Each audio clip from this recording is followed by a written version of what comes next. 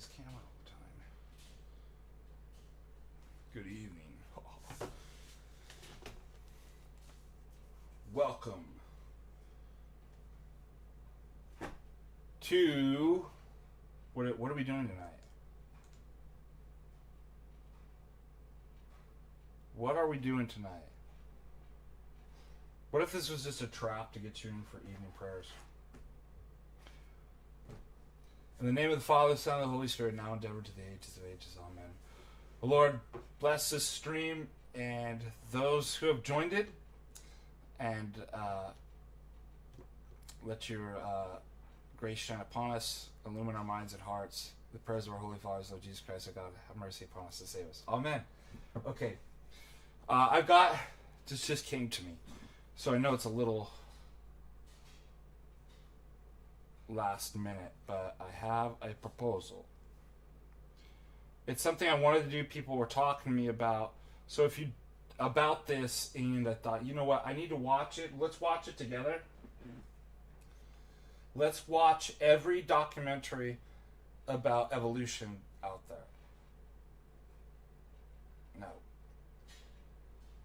My dear friend, Dr. Nathan Jacob, and he's a colleague as well. We've gone to conferences. I've known him for a long time.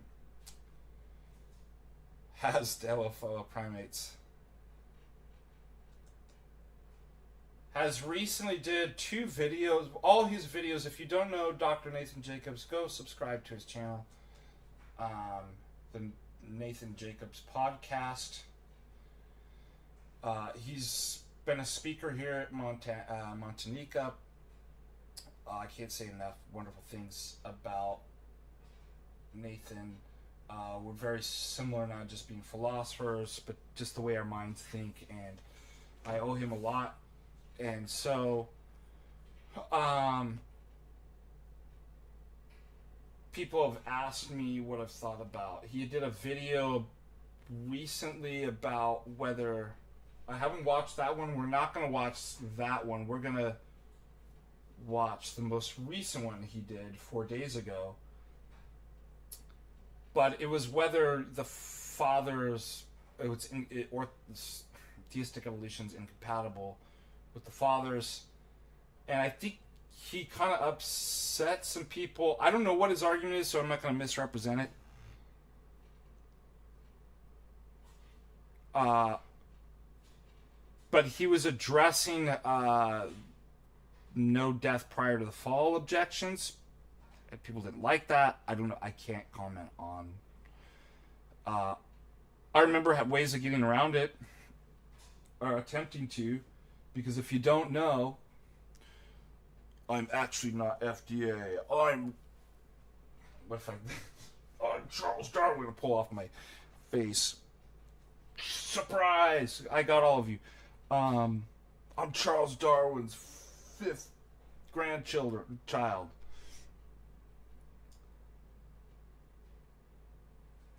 I was a theistic evolutionist. I wrote my PhD dealing with a lot of this stuff from Bernard Lonergan.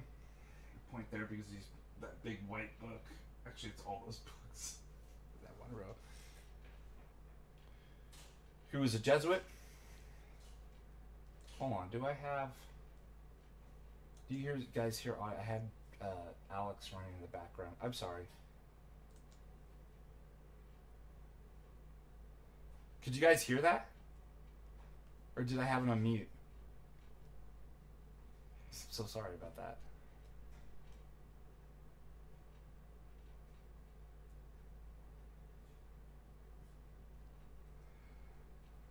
I found pretty sophisticated. I could even read, I deleted the paper because I recanted, but I remember when I was first Orthodox, I came in and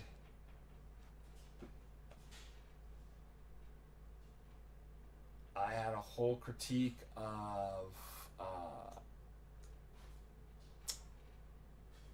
you could hear it in the back. I'm so sorry. Let me do it all over again. I had a whole critique of anti-evolutionists. I can't remember what the name of the paper. was. Um, Anyways, what was I saying? Because of my work and my PhD in this kind of like neo-Aristotelian Thomistic Lonerganian kind of thing that I developed, in which it accepted evolution and then tried to incorporate theism and theistic evolution through Lonergan's kind of what's called emergent probability, and getting around these objections too about, was there death prior to fall? I know them all. Okay, so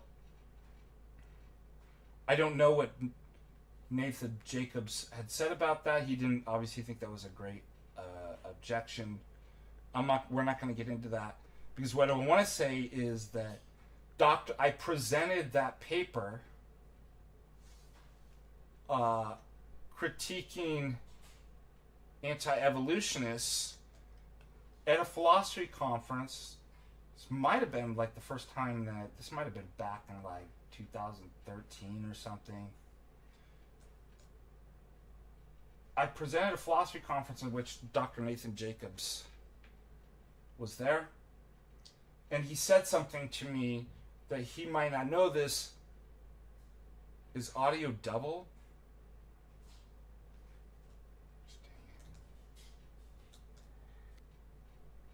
How about now? Better?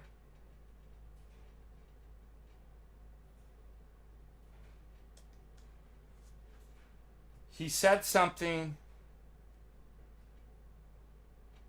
to me that ended up being a seed that actually, you may not even know this, that got me out of, was one, among other things, that helped me get out of an abandoned theistic evolution. Okay? And he had said something that I never thought about. I'd heard all the objections and tried to get around it. And I had quite sophisticated arguments. So it does kind of annoy. It's like when people are like, "It's so stupid. How could you?" It's like, yeah, it's stupid, but it's sophistically stupid. Like it's like you can get you get wrong answers in a really complex way. Like, so it's not enough just to be like, well, that's stupid, and like nobody should ever believe. Like, I can't believe people believe that and argue. It's a bit more complex than that, even though it's wrong.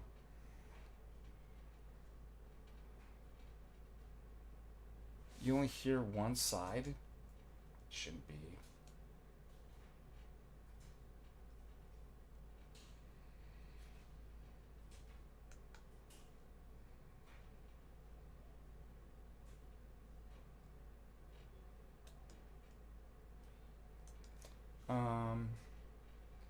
That was something about setting stereo or mono. Didn't we do this before?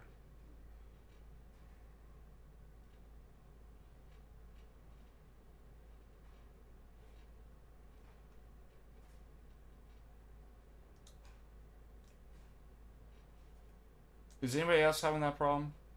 Okay. It's just Basil's problem.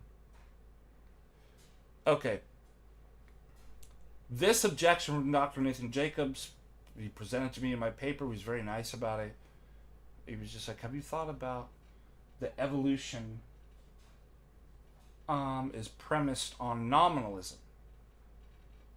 I was like, well, that actually is an interesting objection. I've never, because I've always been a real essentialist, even if I was a dyed-in-the-wool Aristotelian and for some years a Thomist, Neo-Thomist, Lonerganian. How do you pronounce Lonerganian? I was committed to real essentialism. So, we'll watch this. He actually explains why he doesn't believe in evolution. So I had all these people writing me to like, who's this Dr. Nathan Jacobs, even orthodox? Like, of course he's orthodox. He does great where he's a great philosopher. Um, I've never heard him say anything incorrect. That doesn't mean he hasn't.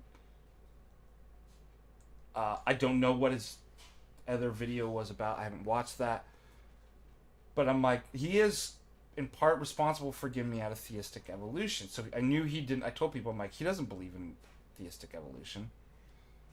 And so he's going to go in this stream. I haven't watched it all, but let's watch it together and we'll just kind of make a commentary on as we go through. The exact objection that he gave me some 13 years ago that eventually helped me get out of. So, without further ado, I was gonna do Helen Keller too.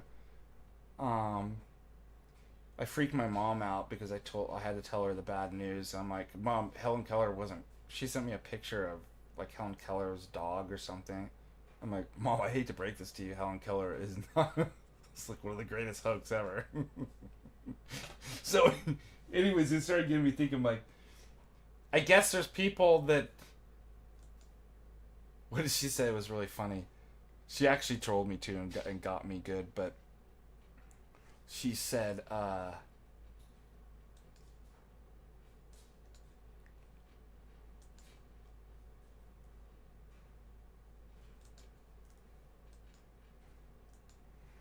gotta read it.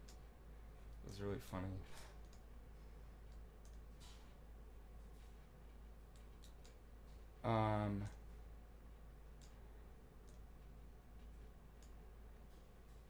You think everything's a hoax. I said, no, I don't. But this one obviously is. She's like, it's a joke. I'm like, yeah, you actually got me. Good one, Mom. That was hilarious. My mom's done that several times. The other joke was this. she got...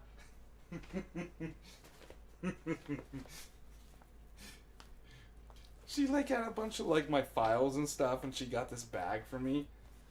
And I'm like, what the heck, Mom? Vaccines, and she's like, I knew you'd and I'm like, alright, you got me good. That's a good. So shout out to my mom. Thank you. Love you, Mom.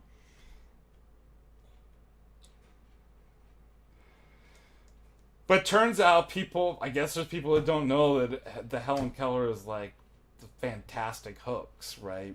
Anyways, we won't do that tonight, but we'll have to do a stream uncovering that up.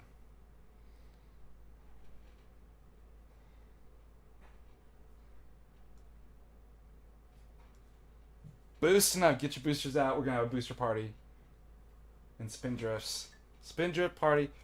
Hi, I'm Father Deacon Ananias, and Patristic Faith is sponsored tonight by Spindrift Raspberry Lime.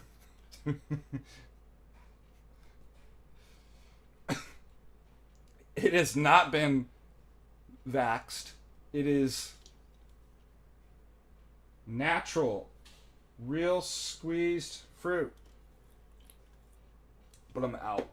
I'm gonna have to get another sparkling. You know I love my Spindrifts and sparkling water. I'm not a fan of flat water unless I'm really thirsty for some reason. But I have to put salt in there or something. I'm a weirdo. Okay, I got it. So let's do Helen Keller for another stream. Let's go to Dr. Nathan Jacobs without further ado.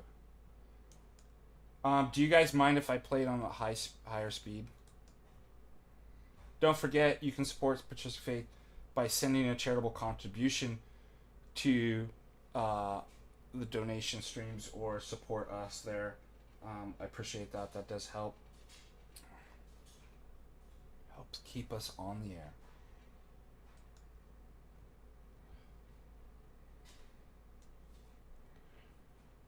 Do you want me to find you the link?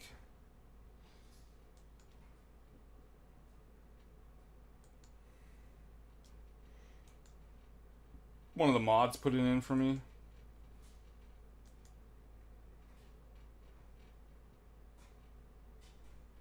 Salt's good, yeah. By the way, you know that you're not going to absorb the water unless you have sodium in there.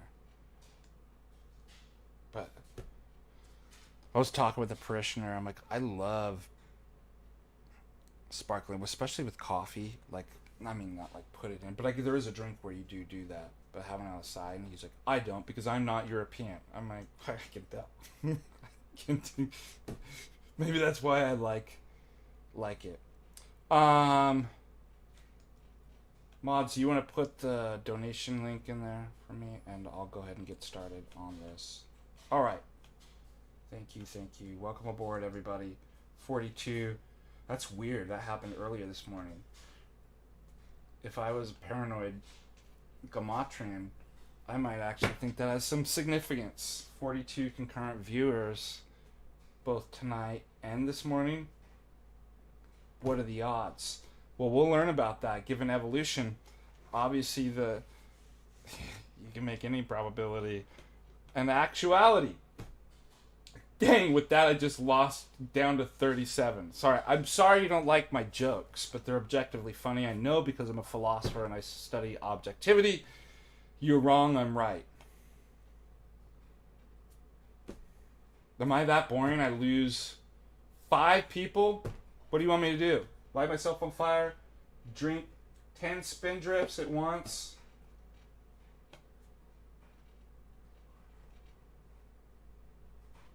$40. Now we're getting those numbers back up. All right. Let's go.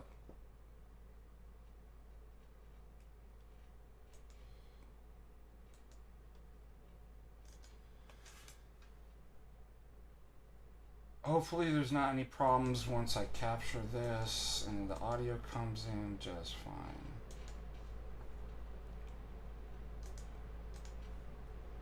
Mention that there are 2 different questions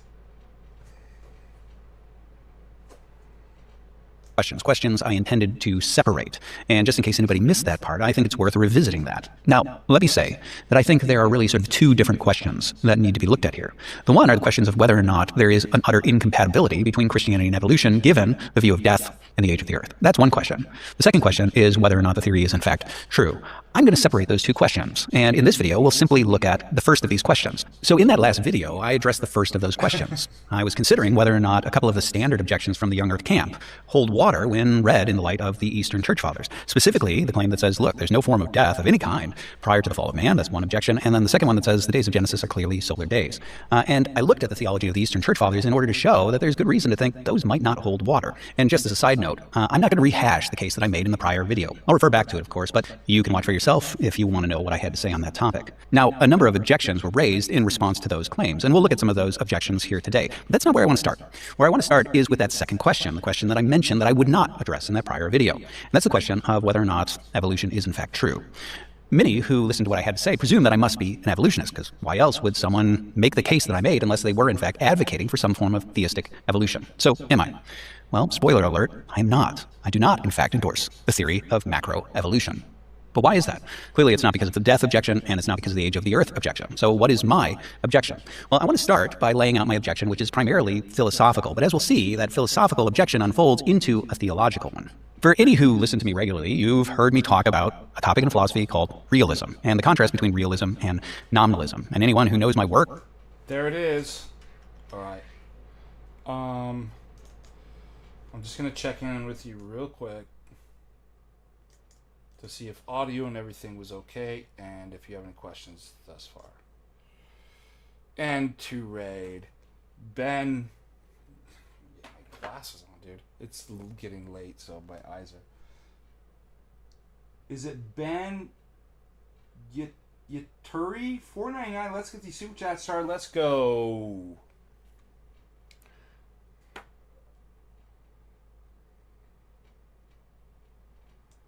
Okay, audio's good. No questions. Thank you, Ben, so much.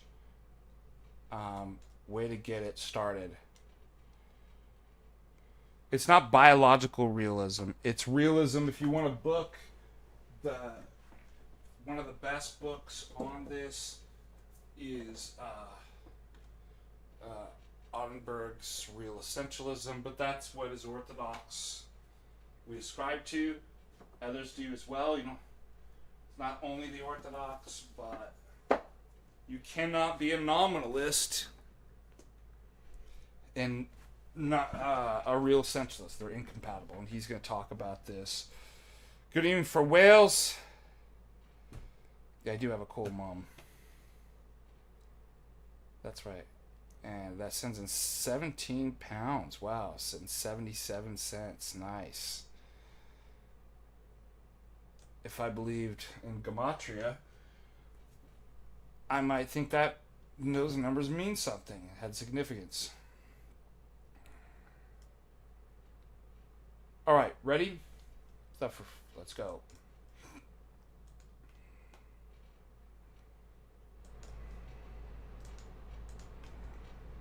Core knows my podcast knows that I am a committed realist. So what does that mean? Well, realism refers to a question that's based on an observation about how rational beings look at the world. You and I and every child that comes into the world, we think in terms of groups. We think in terms of genera, animal, species, man, properties, bipedal. And the question of realism is, why does the mind do that? Does the mind do that because those structures are in some way real? The world actually is ordered, and ordered according to genera and species and common properties. If you say that, you are a realist, because you're saying those structures are real. They're not mental inventions. Now, the alternative is that you say, no, they are mental inventions. They're mental fictions. The world is just chaotic matter in motion. And the mind, needing to organize its experience, invents a series of categories and it begins to group things. But in reality, the world is not really ordered according to genera or species or common properties. These are just names that the mind comes up with in order to help organize its experiences. If you say that, then you are a nominalist, from the Latin nomen for name. These are just a bunch of names. Ew, it's so William of folks Ockham, who listen to me gross. regularly or read me regularly, they've heard me talk about realism plenty of times. And it's no surprise to them that I am a committed realist, because I am. And that commitment to realism is significant to why I reject the theory of evolution. So let me start by framing the theory according to realist terms. So it's rather standard within realist circles to talk about the difference between essential properties and accidental properties. So what does that refer to? Well, let's imagine, for example, a square. The square has certain essential properties that are true of all squares. It has 4 sides. It has 4 right angles. The sides are equal length, right? These are essential to it being a square. But how big is a square? Or where is a square? Or what color is a square? Well, the answer is it varies. Squares can be any number of colors. They can be any number of locations. They can be any number of sizes.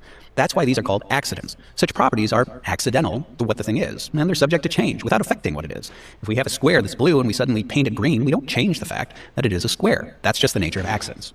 Now, the immediate problem that begins to surface when we think of the theory of evolution is that the theory suggests that the compounding of accidental properties over time will result in a change in essential properties.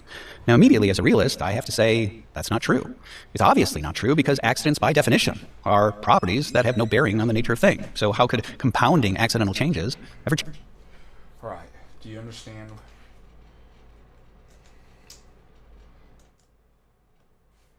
Because somebody in the chat had a question about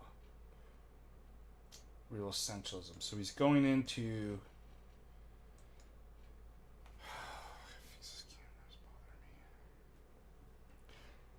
He's going into real essentialism. Okay, so what's going on here in the chat?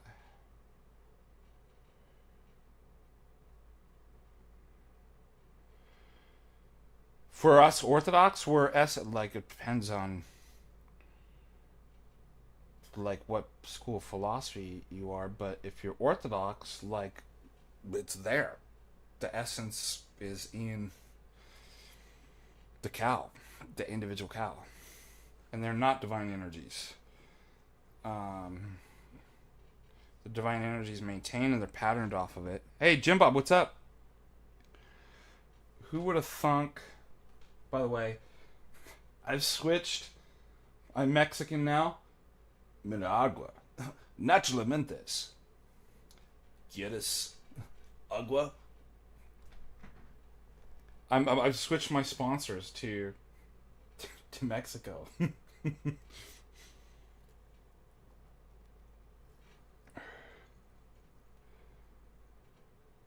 Who would have thunk that not only defeated evolution would be philosophical? And I also have a quantum seafoam critique of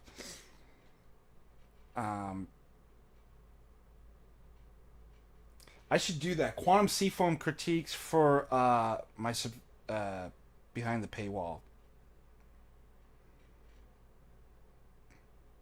Mexican wine. It's amazing that actually we're drinking Mexican wine. Like, you can't trust me. Like, I don't know why we're even doing this video. Like, if I'm drinking Mexican water, like, why are you gonna believe anything I'm saying about evolution here?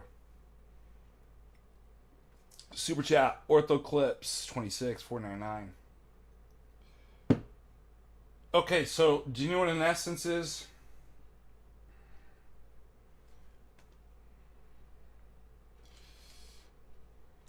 Let me just read you something real quick.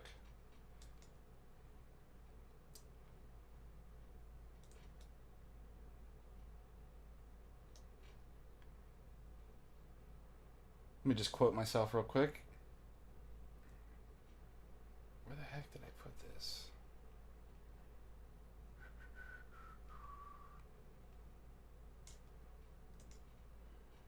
Oh, you know what? It might be...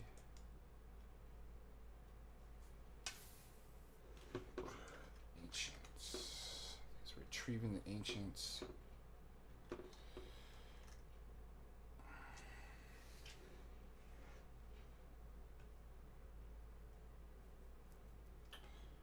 Alright, one second. Let's see if I have it in here. Retrieving the ancients.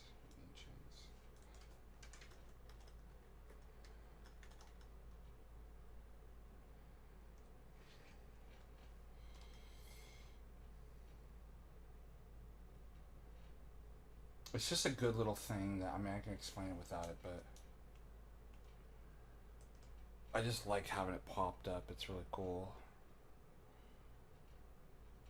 But I don't remember where I put it. Okay, so if I come here, I come over here, and I'll just pull it out of one of my courses.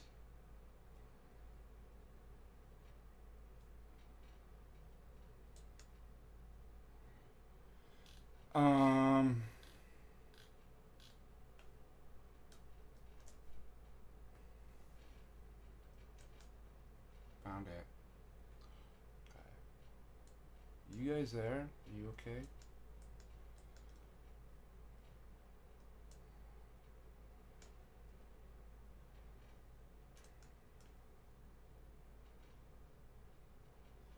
Pellegrino's too flat. And we switched over from Topo Chico because Topo Chico has those what are the BPAs in, and this is actually a better one. So just so you know, it's evolved straight from the primordial cesspool of quantum antimatter in a multiverse in my mind. All right.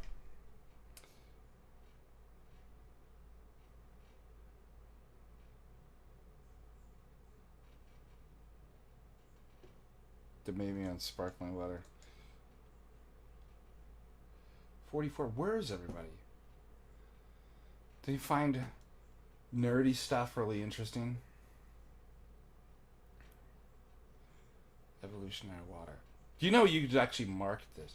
This was designed, scientifically engineered by evolution. Designed by accident.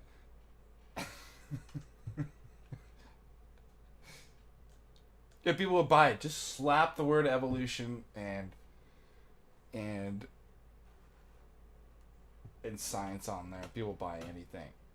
And then put NASA. By our astronauts in NASA. People are like, oh, whoa, I gotta buy that water. And what's so funny is that for the most part, water is just water, right?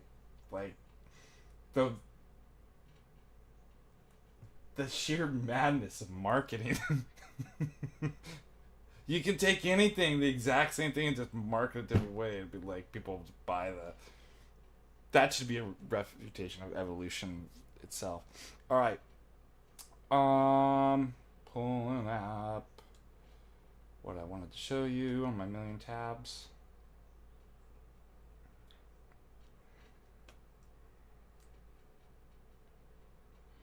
Okay, this is just good. We'll just go over this real quick. This is from my philosophy called one of the textbooks I use. Retrieving the ancients. So again, we'll start with number 3, Tuanta. So remember, he's talking about reality. Is there really a tree, a rock, a door? If there is, there's something it is to be. Ene. Right? To be a tree. And so we take beings to be real. Beings is translated Tuanta, where we get ontology, right? Concerning the being of something. And we can talk about things. When we talk about things, we think about they're real. And things can be translated Tuanta as well. And so, number 5, ousia, you have a link here, which because it's derived from the Greek verb to be, ene, you get ousia. But ousia is a noun, and it's normal. And you could translate it, that which is one's own. Isn't that cool? So, if rocks and doors and cows or people are real, there's something that is to be them, that makes them really what they are. And whatever that is to what they are is that which is its own. We call that one's substance. Okay? And this is where we get also connection to an essence. Ousia can also be translated the essence, and also nature, phusus, right, as a synonym with all of this. Okay. It is not the matter. It's why? Because what makes the matter be what it is, its own thing, and different from is going to be an essence. And there really is something. It's not just in your mind, okay? If you believe that, you are a real essentialist. So far, so good? If you don't, you're insane. It's a form, yeah. Form, essence, substance, phusus, nature, they're all synonyms. Tab max, I always tab max. It's what real minds do. 45. Where is everybody? See, if I was doing e-drama, you wouldn't believe what somebody said. I'd have hundreds of people in here, right? I'd do something academic, and it's like Jay says in the X Spaces. People say, like, a question about tag. He's like, I will lose 500 people as soon as I start talking about it. That's right. What do you always say? All of you, the audience, you big brainers out there. Quality, not quantity. So for all you retards out there, you can go watch the e-drama and I don't know what else, TikTok videos or whatever you do. Up here, we using a big brains. And we're doing nerdy stuff. Okay, let's go.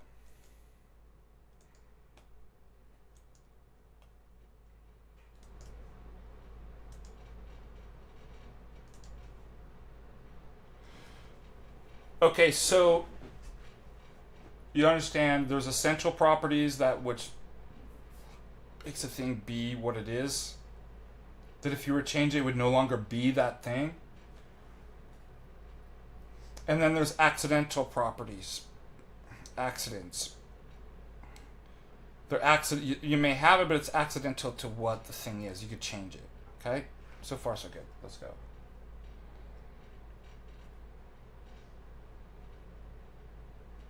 Well, wait a minute. We should be doing this video. Do not fellowship with those who embrace demonic gods that would Pastor Rick Balls. No, Rick Bettis. Okay. We're not watching that. Change what it is. I can change the color of a square as much as I like, or the size of a square as much as I like. As long as I'm dealing in accidents, not the essential traits of the thing, those won't affect the fact that it is a square. So that's the immediate problem. Now, this initial problem with the theory highlights a second problem with it, if we consider the theory in narrative terms. So let's spin a tale, a little bit of a pun intended there, about a story, an evolutionary story that captures, essentially, what the theory wants to suggest. So let's imagine a certain type of creature. We'll call it a hominidid. And the hominidid is a tailless creature. Now, a member of the hominidid species at some point develops a growth on its backside. Now, initially, this is relatively small, but this genetic mutation is passed on to its... Oh, dang! That's like cousin Bobby. He developed the growth on his back too. What are the what are the odds of that? Progeny. And as it's passed on from generation to generation, that growth becomes more accentuated, a little bit larger, and then a little bit larger like still. Bobby. And if we fast forward far enough, at some point, that growth that has been passed on becomes large enough that it actually affects certain things like balance. And soon what we start to find is that those that have the growth end up having superior mobility capacities that are conducive to survival. And lo and behold, what happens is the hominids who don't have this growth begin to die off. And what's left is the one that has the sizable growth. In other words, what happens is the hominid moves from a tailless species to a tailed species, and survival is the primary mechanism for how this becomes essential to the species. Now, there's difficulty in this story, and that difficulty comes down to a realist question. Is the genetic growth a tail or not a tail? In other words, in spinning the narrative, one of the things that happens is I introduce something that's initially a nub or a growth that gets passed on. By the time I'm done with the story, we now have a tail, and specifically a tailed species. And what this means is that there's a sleight of hand in the narrative. The narrative offers me a very smooth transition from not sleight of hands in the narrative.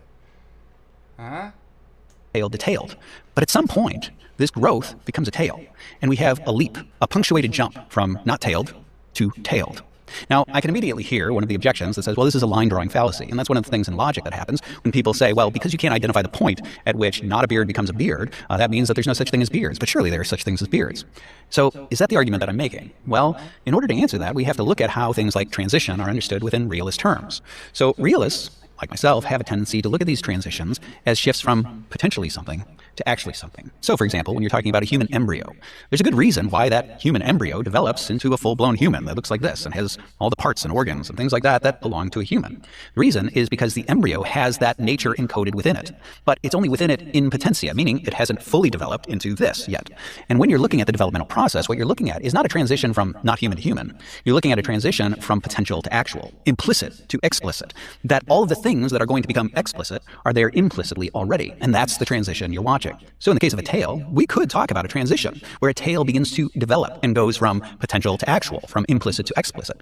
But that's not the claim that's being offered by the evolutionists. The evolutionist, it really is a growth and not a tail. So he's appealing to Dr. Nathan Jacobs, like myself, is trained in many sense. We embrace certain ideas of Aristotle, not all of it, but this is what he's actually talking about. What potency and actuality mean in terms of Aristotle and stuff like that. So are there any questions about that?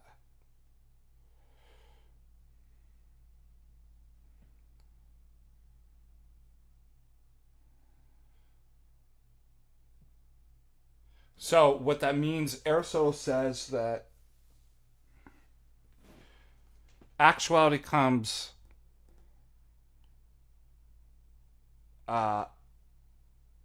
before potency, because if you say potency, I'm potentially at the market. What is that? It already implies there's actually a market there. If the acorn's a potential oak tree, that means the actuality, the form, the essence of oak tree is actually in it. In some other part, namely the matter, is in a state of potency to become externally, as he had said, like the idea, eidos, the form, the essence that can't be seen, that's actually the full oak tree. Okay? So That's what he's saying, is that it's already in there. The tail, even though you don't see it, you can have these transitions, right? And we can answer the question between not tail and tail. In fact, Aristotle says there's 3 principles that need to be invoked in terms of change.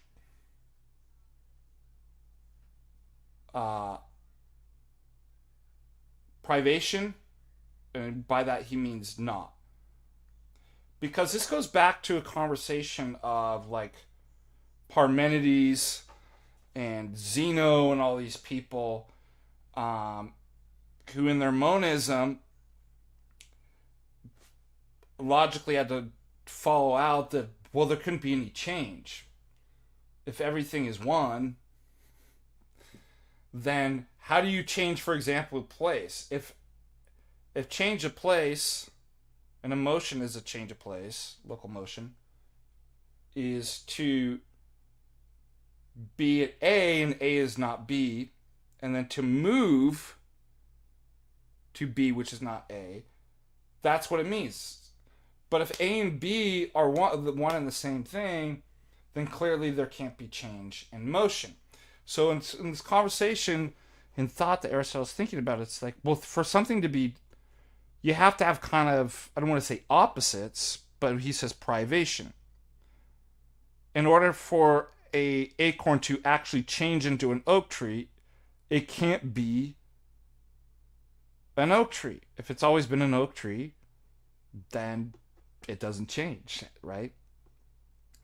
So he says you need a not. It's not this. But at the same time, but it is. So how do I say that? Well, he says we need 2 other principles, right? It's not non-existence. So it's what? I can talk about, it's potency, but potency already implies actuality. So I need 3 principles. If something's to change, that it's not the thing in a qualified sense, in sense of privation, and then also potency, the actualization of some potency. That's basically what change is. So I can actually say there's a tail and there's not a tail. And I don't contradict myself because I qualify, right? Well, in terms of matter, it's not actually there, but the form of tail is actually there. I can say that because I'm a real essentialist. Does that make sense?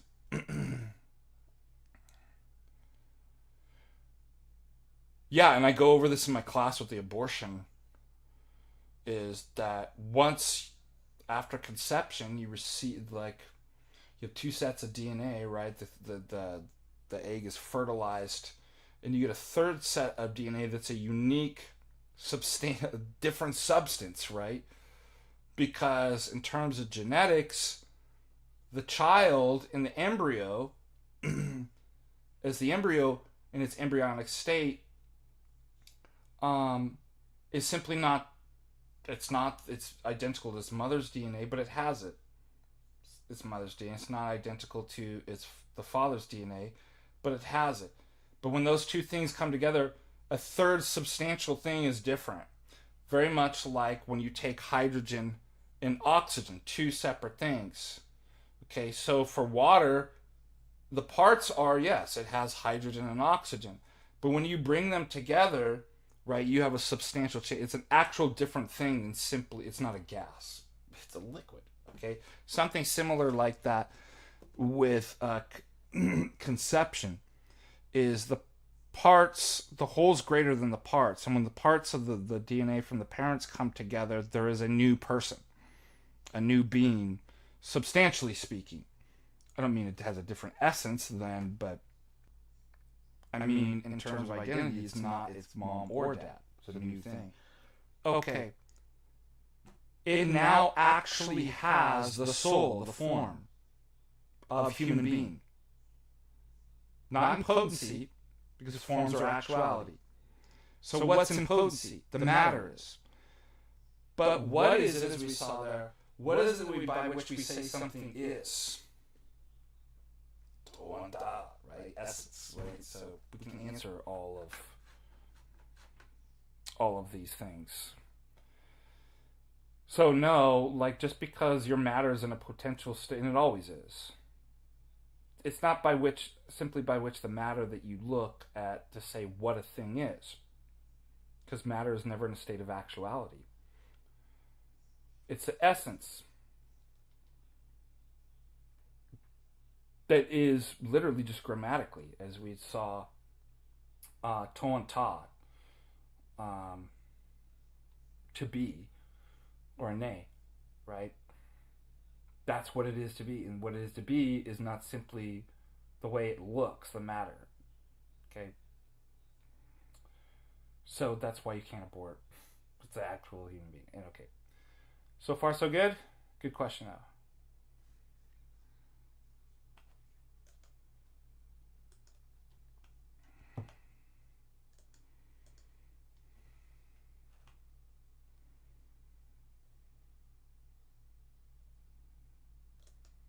See how cheap you guys are being tonight. Yeah, pretty cheap. But thank you for the super chats, those who did provide. How else am I going to pay him for my Mexican sparkling water if you don't send in super chats?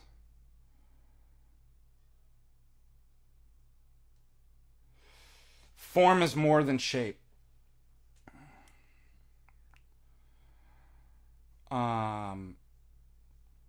For artifacts and kind of lower level things, yeah, that's all form. Like,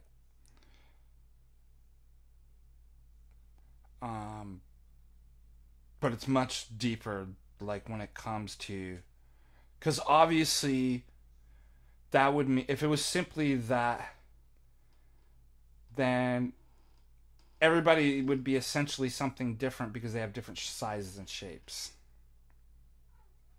So it's like, it's more than just contour and shape. We're essentially the same thing because we have the same form, but yet we have different shapes and sizes. We come in different shapes and sizes. So, but for artifacts and shapes, like, that is all it is to be there. That's their form. But those are kind of the lowest level things. There's no living principle, no anima either. So forms for living things like plants and animals, they're called souls. Anima is translated soul. And human beings are far much more profound than simply just an exterior shape.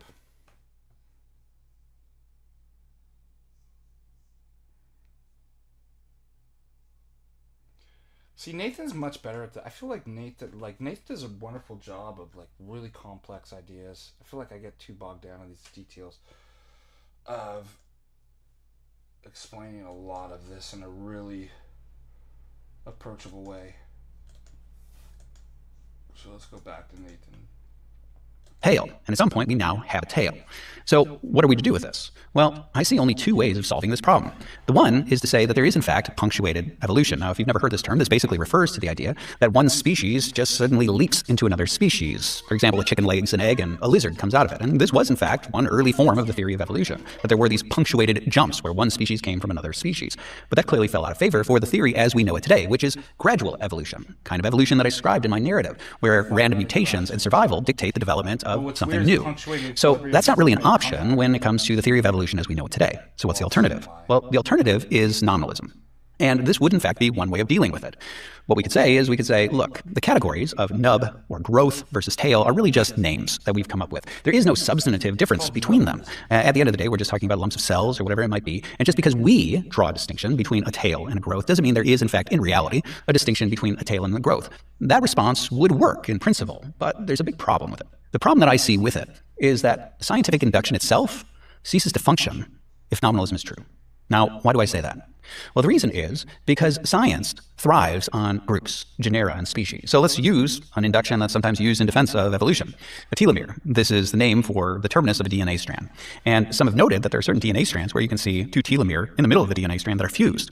And this seems to indicate that these were once two different DNA strands that came together and were, in fact, fused. Now, that mode of induction works if you're a realist. I've identified a certain species of thing, telomere. I've identified its final cause or its purpose to serve as the terminus of a DNA strand. And so when I see two telomere in the middle of a DNA strand and they're fused, this would seem to indicate that these were once separate and that they somehow came together because it's anomalous that a telomere would be in the middle of the DNA strand. But if all of those words that I just used, telomere, terminus, DNA strand, are all just mental fictions, and all I'm really saying is that this lump of matter looks an awful lot to me like that lump of matter, I haven't really offered any kind of meaningful induction. A more technical way of putting this is the difference between what logic calls A claims and I claims. So A claims are just simply all claims. All cars are red, right? That would be an A claim. It's a statement about all cars. Now, alternatively, if I said some cars are red, well, that would be an I claim. It's not universal. Now, the thing is, within logic, it's perfectly acceptable to move from an A claim to an I claim. If I know that all cars are red, and then I know that this thing is a car, I can say, well, this thing must be red because all cars are red. That would be logically valid. But it would be an invalid inference if I said, this car is red, therefore all cars are red. You see how that one wouldn't follow? Well, scientific induction functions as if it's making A claims. All telomere are the terminus of a DNA strand. Okay, that would be an A claim. And for that reason, we can then make inferences about a telomere in the middle of a DNA strand must be an anomaly. And that would be a valid inference. But if we're anomalous, then we can't speak about all telomere. Sure, we can invent the mental fiction that there's some sort of unity across telomere, but what we've said is, in reality, they're all just discrete and idiosyncratic. In other words, to boil this down, scientific induction is realist. And if you embrace nominalism, you get rid of scientific induction. Now, why is this a problem? I trust the reason is obvious. If the only way to save the theory of evolution is to embrace nominalism, but nominalism undermines science, well, I find myself in a self-referentially incoherent position. I've embraced a scientific theory, but in order to protect that theory, I've undermined science itself. And I do think that actually is the ramification. Now, as I said, this is a philosophical objection, me speaking as a realist to why I think the theory of evolution is inherently problematic from a philosophical perspective. Why is this relevant to the Eastern Church Fathers? The reason is because, as I've argued, not only on this podcast, but in my theological letters and in my published writings, the Eastern Church Fathers are committed realists. And you can see this in any number of aspects of their thought. One of the places where I've talked about... All right, this is really good. Why is this important? Because we had some people in... I don't think they're Orthodox yet. I think one of the guys was actually Oriental. And we've had a handful of people come in and they've jumped straight into analytic philosophy, modern philosophy, but not just modern philosophy, analytic philosophy. And they're asking all these questions about like paraconsistent logics and constructivism and all this different stuff. Mathematical logic and stuff like that. And I'm no expert on it, but like I know enough to have a conversation with people about that. But more importantly, I know why I don't necessarily embrace that, because I've studied like Dr. Nathan Jacobs, the history of philosophy. I know where that comes from. And I have seen this kind of formalism and kind of modern analytic philosophy, the people that just jump. I'm not saying you can't do it. Like, Bo Branson, I can write. Bo Branson does, analytic philosophy. Richard Swinburne does, I can often write papers in analytic. I'm pretty good at analytic philosophy. But there's a difference. All of us have studied the history of philosophy. If we just jump in the middle of history, it'd be like, wow, we'll just... So we know certain things. But it presents itself, part of the thing about it, both good and bad, is there's a kind of rigorism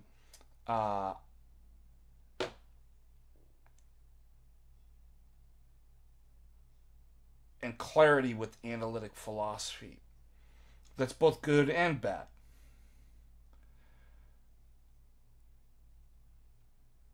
So the thing is, what they don't realize, like this too, so they're like, they want me to explain everything into, and like, why can't Orthodox accept this, and why can't, there's all these kinds of questions. Now, I would forbid anybody to jump in and not take, to modernity, and not take a historical approach to philosophy. Why? Because you're not going to understand what the problems are. Why did this come about? It's a huge, long conversation of people doing different things that leads to the next thing. And part of that is the story about anti-realism and nominalism that connects to all of this stuff. So it blows me away in these Discord, like, well, what do we think about this theory? And what, like, Orthodox, like, first of all, it's super weird to me that they want to, like, take Orthodoxy and map it on to, or reduce it to any one of these theories. It's backwards. Number two, of course, Orthodoxy could never be compatible with a lot of these different theories that are premised on nominalism. And I saw one guy saying, I identify as a nominalist. It's like, you can't, this guy is Oriental, but it's like, you can't be Oriental. We certainly can't be Orthodox and be like, but you can't be Oriental. Like, why? It's like, well, guess what? If you study the history of philosophy, you'd know why. Now, he's going to talk about this in terms of theology, but this is exactly why. He said, are there any Orthodox nominalists or any Orthodox to subscribe to, I forget what question about, fictionalism, or there was another kind of view and different logic that he was talking. I can't even remember now. And I was like, no, absolutely not. And the reason why? Christology. There's no way that you could do this. And he's going to talk about that. So let's check to see if there's super chats. Nope. You guys still will not give it. But I'll keep going.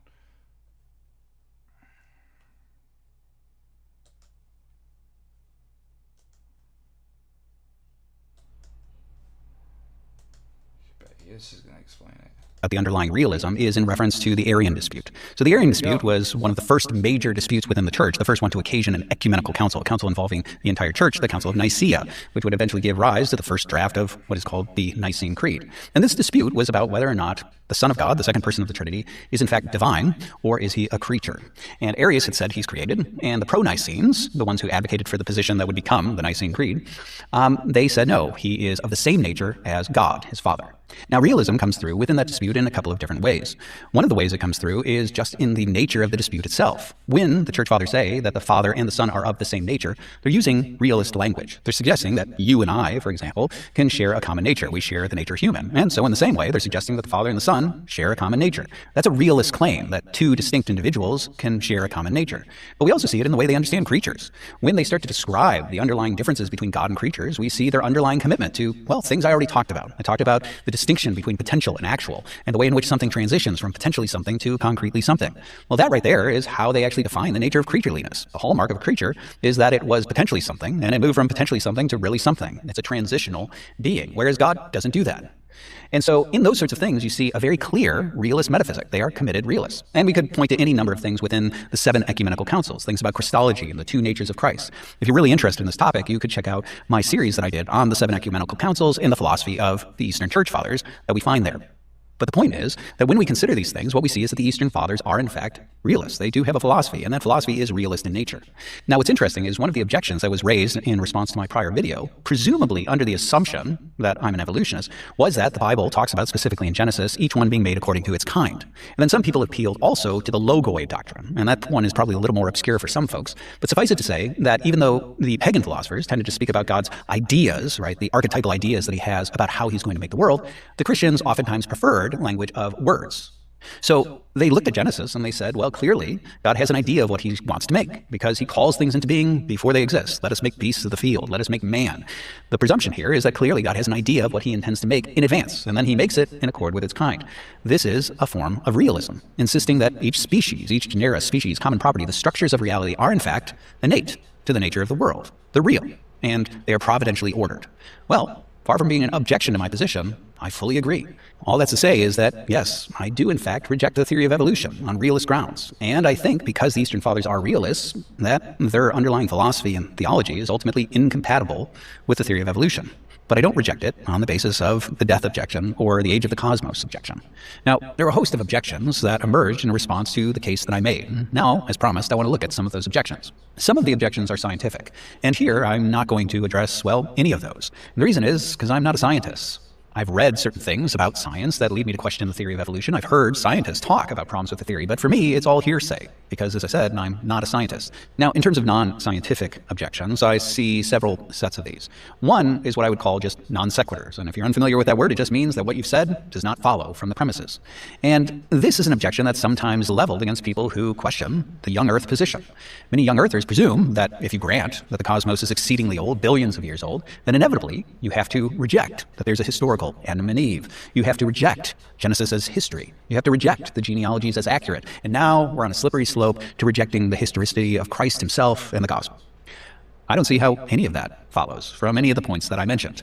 So, cards on the table, I admit that I tend to defer to the scientists in terms of the age of the cosmos. I'm very open to the possibility that the cosmos is exceedingly old, perhaps 13.8 billion years old, and that for God that's only a matter of days. But I believe in historical Adam and Eve. I do believe that the genealogies of the Bible are in fact true, and I do believe that the Bible is offering us history. So none of those claims actually follow from the insistence that somehow the days of Genesis are not solar days, or from the insistence that plants and animals are not naturally immortal, but were subject to a mortal existence prior to the fall of man. Now, the most consistent objection to what I had said was the Father is the Father. Should we stop here for a second?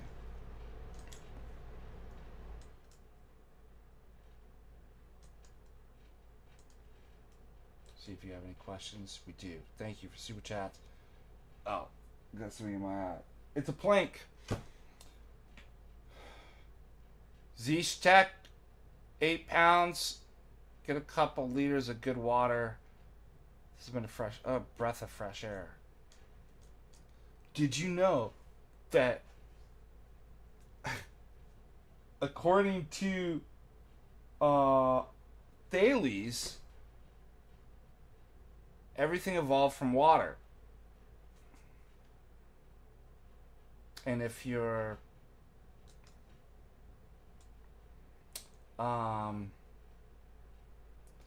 another Milesian,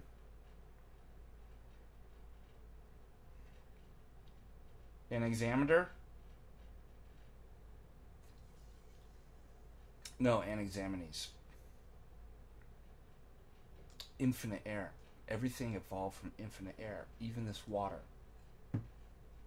Thank you for your super chat. Airborne. Can't read the rest. Father bless. I can't bless, but may the Lord bless. I have Baptist family members that believe a version of creation that God used evolution before Adam was made to create the world. Yes, that's what he's talking about. This is theistic evolution. I used to believe in that too, but I'm surprised they're Baptists and believe that. Baptists are usually young Earths.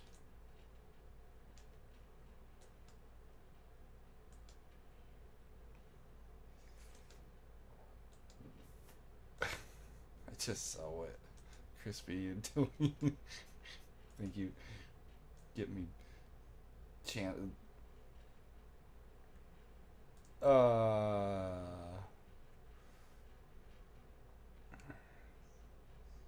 Yeah, we could market fresh air. Yes. Great. Thank you, Orthoclips26, also for making the clips.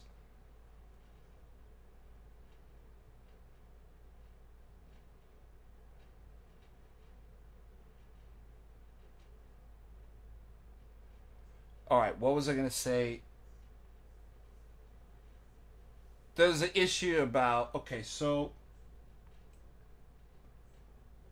I don't know if it directly incompatible and contradicts, but it makes, remember, everything is a narrative. That doesn't mean it's not true, but it makes it really,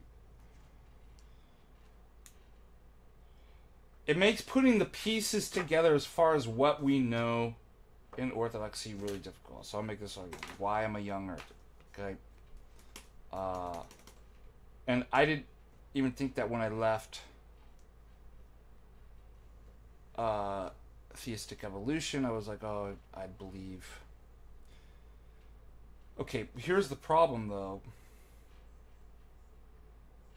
I have a better account. First of all, I'm skeptical of carbon dating and radioactive dating and a lot of stuff in science, and I know that I wouldn't depend on that much. I wouldn't put as much as Dr. Nathan Jacobs' trust in the science as a philosopher of science. I say that is the leading authority on everything science. See, I almost talk about meta. I almost conned you using the word science, which I told you earlier it could be a con by putting it in there and be like, as the leading authority on the philosophy of science and the science of science, Scientology, of all scientists, I don't put much weight in science. I like it. I use it for certain stuff, but like, as far as a metaphysical commentary on reality in the age, probably not. I've seen how that failed. All right, but more specifically, it becomes more difficult for me to fit in the pieces that I do know. And that's part of, even speaking about science itself, simply what? It's very clear, a young Earth, how that would work. Like, I've got the genealogies, I know where that, right? I don't have to tell you were they 24-hour days. I don't need to get in it. I think that's missing the point. It's not missing the point. It's a red herring because it's like, that's not actually what I'm talking about. Those days in Genesis could be whatever. From the point of, were they, other than the fact that we're like billions and billions of years, like, that's more difficult. So again, how long has man been around? First of all, that doesn't map on to what we know of the genealogies. So maybe we're missing something. Yeah, but it fits a better narrative to have a young Earth, don't you think? Number two, the whole old Earth. Remember, you don't just have laws and physics that exist independent of a scientific paradigm.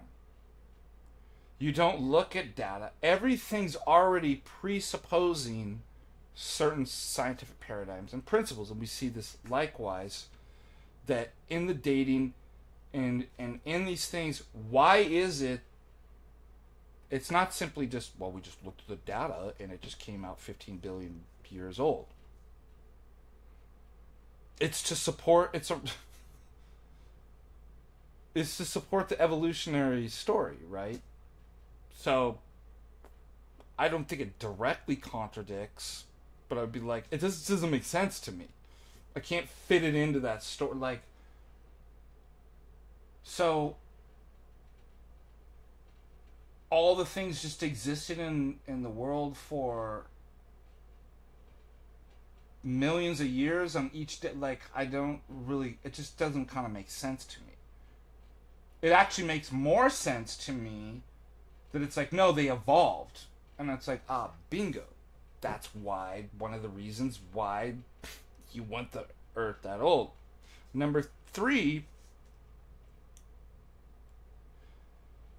Bruce Seraphim Foltz, I could say this.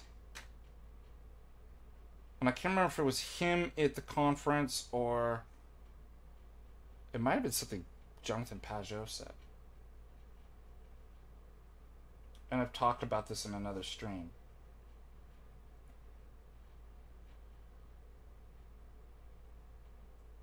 People are like, the facts are the facts, the facts, the facts.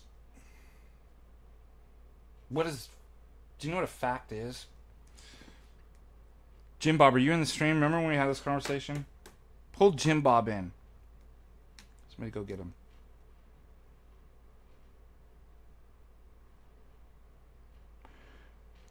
Jim Bob called me once.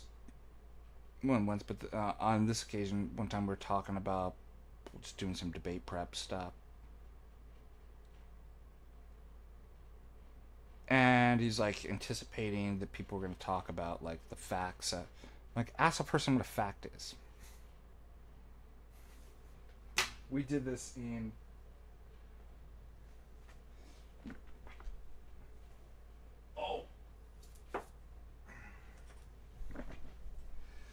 my philosophy of science. This is one of the books that I use here.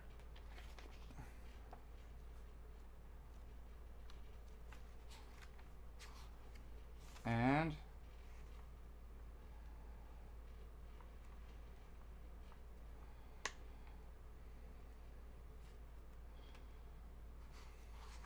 oh man, my eyes are gone.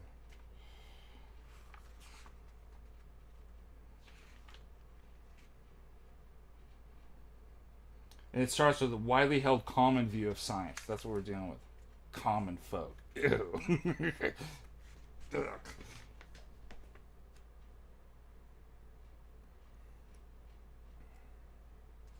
And it talks about facts.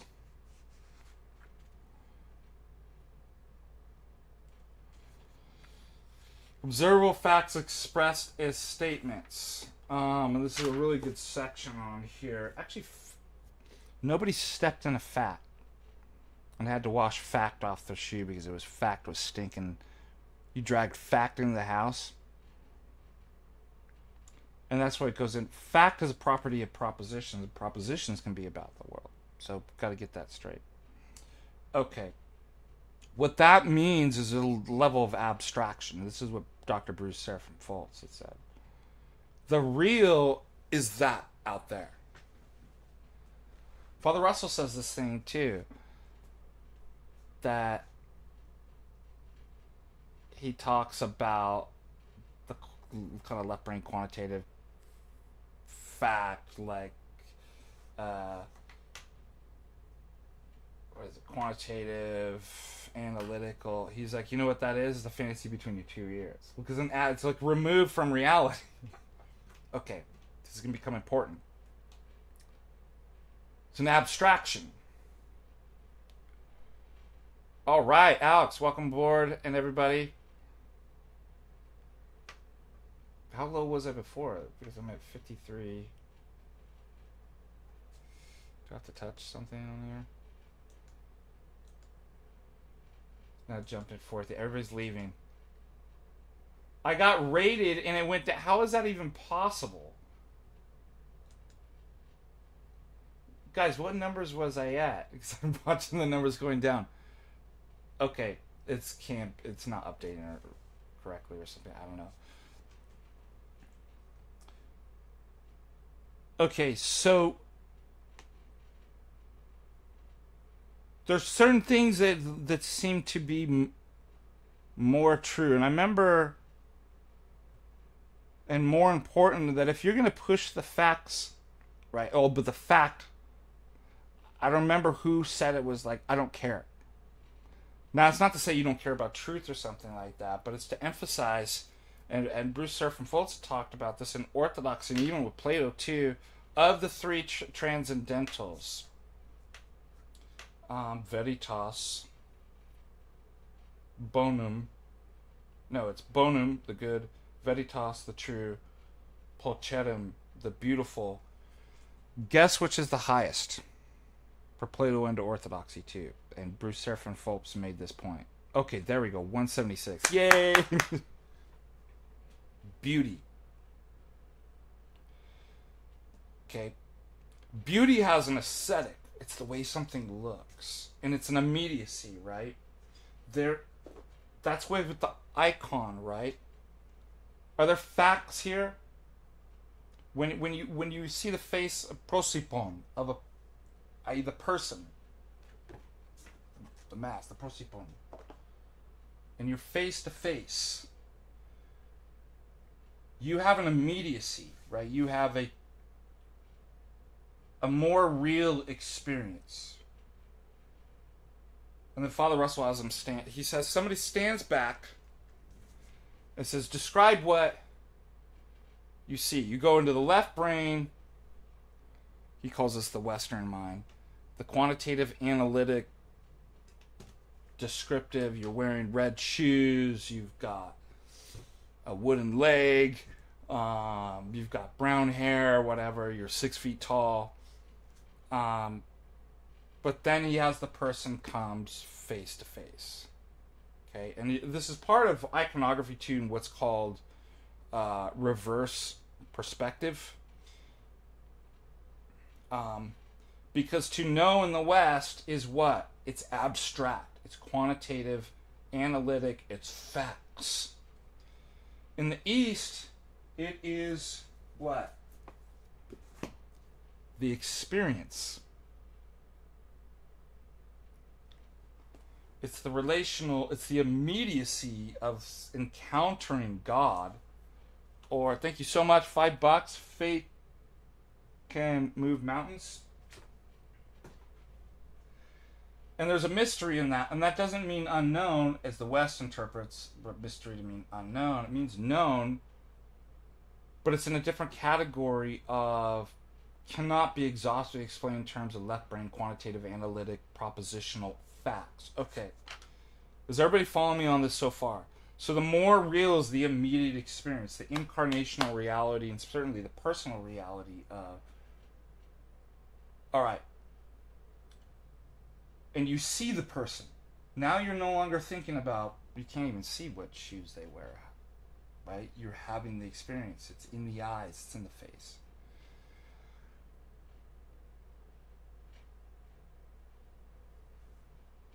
The $5 from E. Williams, since YouTube won't let me send super chats on Alex channel, my money goes here. Thank you so much.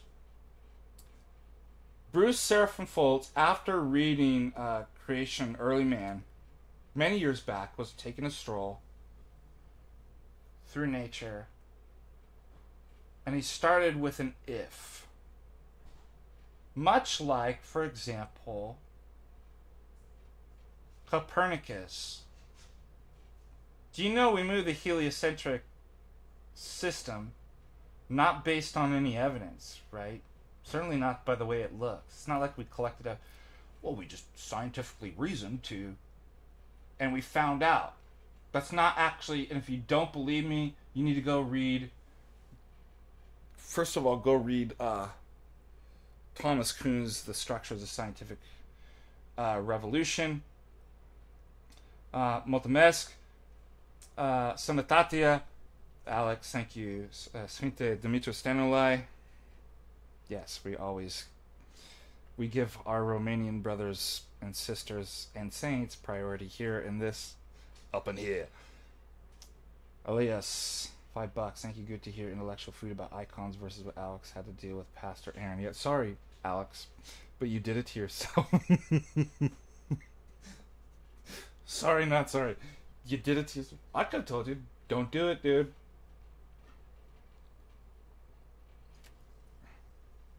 Okay.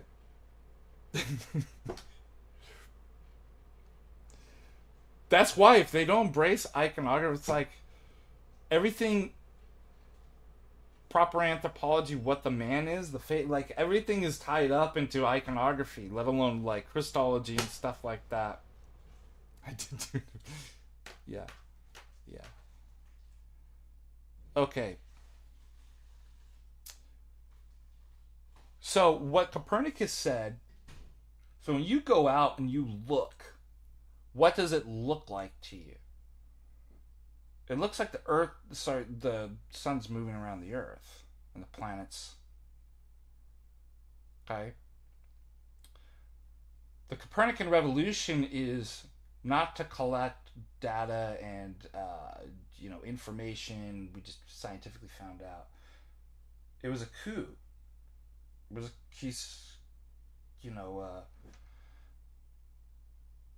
Thomas Kuhn talks about like a conversion, like a Gestaltian shift. Moses Fairden 199. Thank you. Scripture interprets Scripture. FDA. We are wrong. Yeah, pack it up, boys.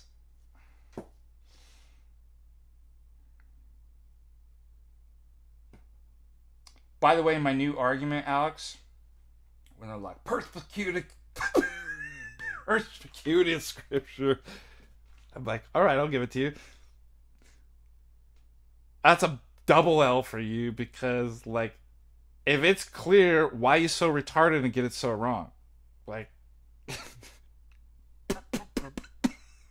perspicuity of Scripture. Scripture interprets Scripture, right? And it obviously means it interpreted the way I did. Well, that's miraculous. That's amazing. It interprets Scripture.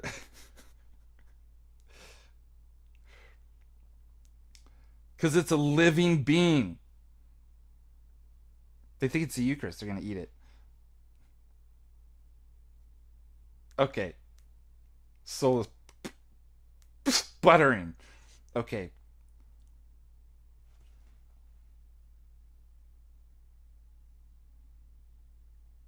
I don't. You better. You got me. I have no business being a deacon. But call call the bishop of the police. Like that hasn't been done before. Well, trust me, there's a lot of people a lot more powerful than you that tried to get me. It ain't. Being Jigog deacon. You're right. They should never have let me. Big mistake. Thank you for pointing that out. Take them away. But party's over. The rando here, Outback Jack, finally figured it out. Because his views on icons were bad. His views heaven was so incredibly sad. That's sad. $5.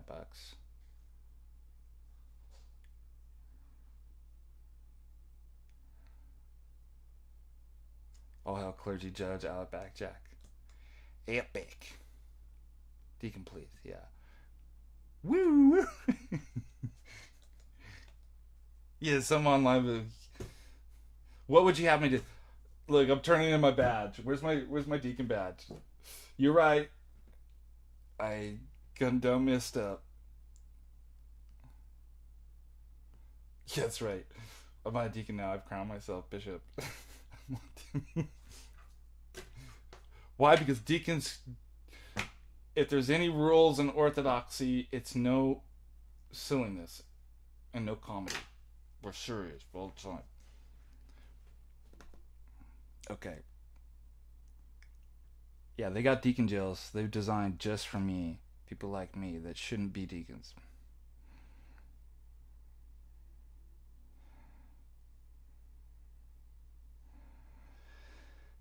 Alright, I got distracted. We go back to.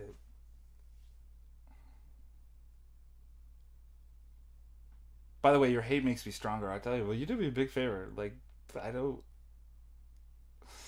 know why you guys do this, but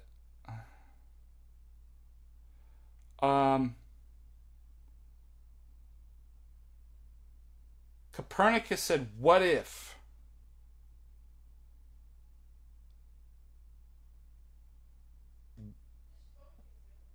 What if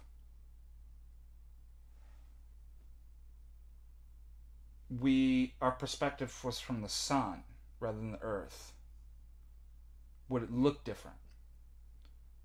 And oh yeah, it would. And so the motion of all the planets, and this is after Copernicus, Tycho Brahe, Kepler, etc., describes mathematically what that looks like. Okay, so that's now a really interesting point, isn't it? That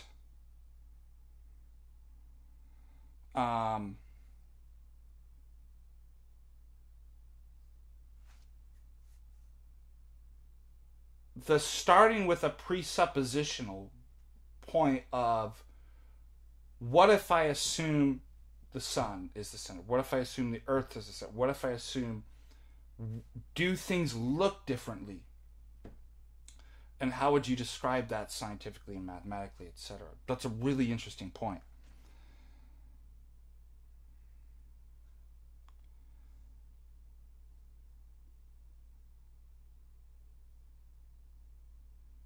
How does he use? Didn't know he did this without absolutes. I don't think Copernicus is a relativist. All right. In light of that, Dr. Bruce Seraphim Fultz had said after he read Seraphim Rose, Creation, Early Man,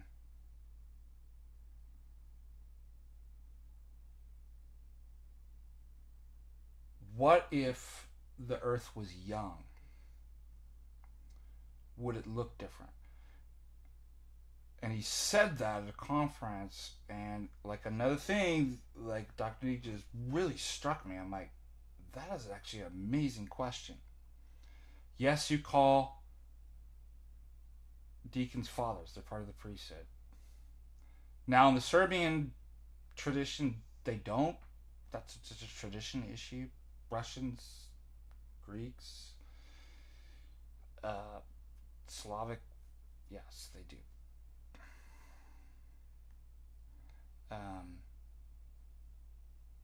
Just so you know, you call me father. Call no man father. I don't care if you call me deacon or father deacon. I actually like FDA, so. But that is actually orthodox to call deacons fathers, unless you're Serbian. There might be another tradition that doesn't, but I think most do.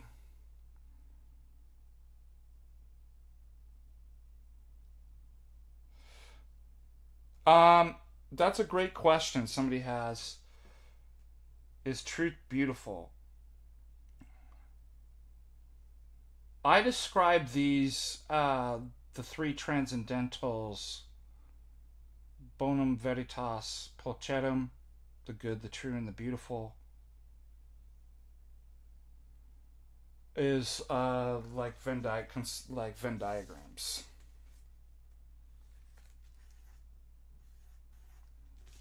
Where they intersect. So they participate within one another, but they're distinct, right? But they can't exist apart from each other.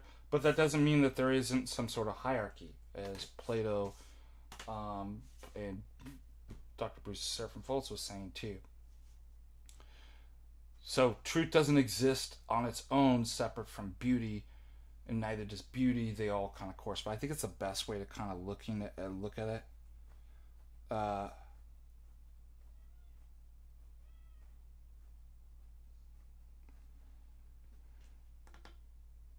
Now think about this. What is so it's kind of a play, rhetorical play on like what is actually true, the abstraction or the immediate experience. Now let me. I this thought came to me when I was thinking about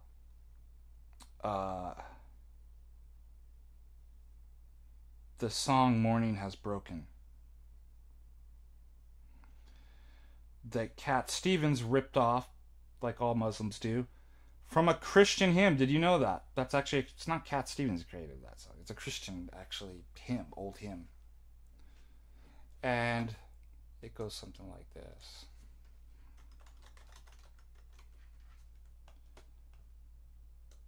There was a line in there, but I was just thinking about all this kind of stuff. Morning has broken. I could sing it to you if you wanted, but morning has broken like the first morning. So there's a morning now. So it's in 2026, the year of our Lord. And then he says, like the first morning. Blackbird's spoken like the first bird. Praise for the singing, praise for the morning. So we're giving glory to God. Praise for them springing fresh from the world. And then each one's like this. Like, mine is the sunlight, mine is the morning.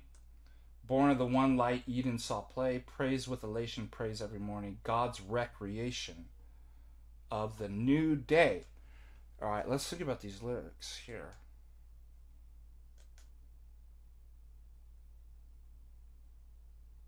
And I remember also tying this into, when I was younger and into psychedelics, I read Aldous Huxley's Doors of Perception. And he talks about this kind of veil being lifted, right? That's what the doors of perception. When the doors of perception are cleansed, then you see things as they really are, I think is the quote, the exact quote. Am I having audio problems? Oh.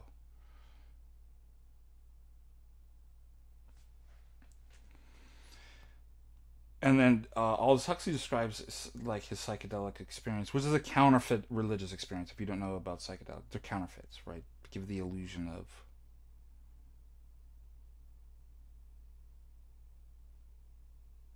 He said, I was seeing what Adam and Eve saw the first day of the creation. I'm like, that's an interesting thing to say. Father, please remember my mom, Jean, at Mass, or liturgy, she died. Lord have mercy. My dog did. Wow. Lord have mercy. I'm so sorry. May she rest where the saints repose. And may God give you strength and let you grow through this very difficult experience. Yeah, psychedelics are counterfeit religious experiences.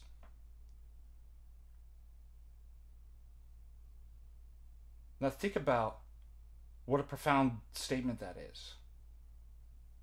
Pure naked existence. The very newness of a blade of grass, the very first blade of grass, the very first bird ever to sing. Are you following me on this? Like, try to just contemplate what I'm actually, and meditate on what I'm actually saying to you. Like, that's actually profound. Like, this is the first tree that ever existed.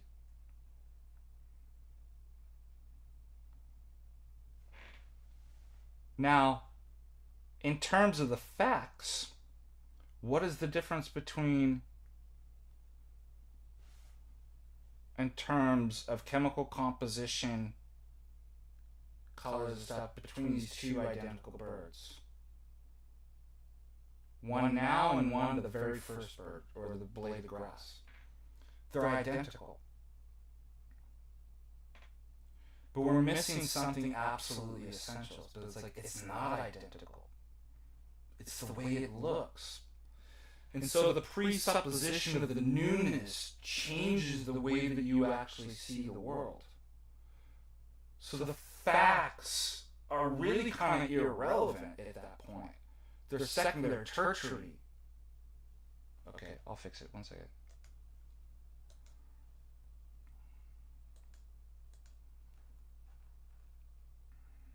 Yeah, got it. Fixed it. Because in those scenarios, the blade of grass, 15 million years and old, later, in the first blade of grass, there's no difference. But there's all the difference. Do you see? With the presupposition, it'd be like, if somebody told you, like, this is the very first thing, that it looks different to you. It's the look, that's the immediate experience, right? And so I thought about that in light of what Bruce said. I'm like, the world transforms and begins to look different. If you started with the presupposition, what if it, and it's just a what if, it's just an entertaining, you're not even committing.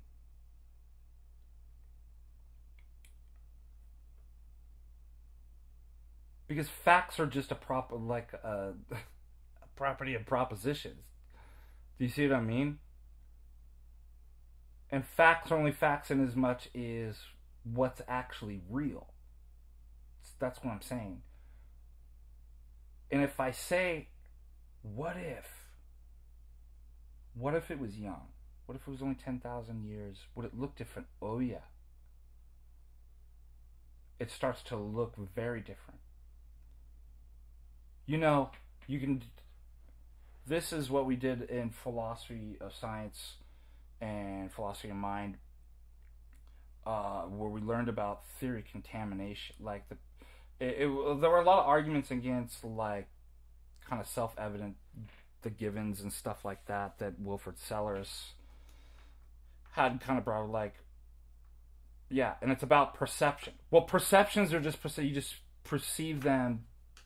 It's just the data out there, because Wilfrid Sellers was arguing against actually datum theorists. And the thing is, we get into things like what's called theory contaminated. That my beliefs or theories can make things, the same data, the same facts, look different. I mean, if you were abused by somebody and everybody ripped you off and beat you up, when you look at somebody, you look at the same picture or the same reality as everybody else, you might see a movement of their cheek is not a smile, but something mean or something like that. Like, it looks different, like the world transforms. And by the way it looks. So anyways, in a really old Earth, what does it look like? How would you describe that to me? Like, if you started with the presupposition, but what if? You're not even committing to it. What if it was young? How would it... Here's the ascetic, and this is why I'm talking about, of the transcendentals, beauty's the highest. How would it feel? Let's describe the aesthetics of it. And this is where phenomenology can come. Like, you start with the phenomenal experience is most real. So let's go back to this question about how could they still be facts?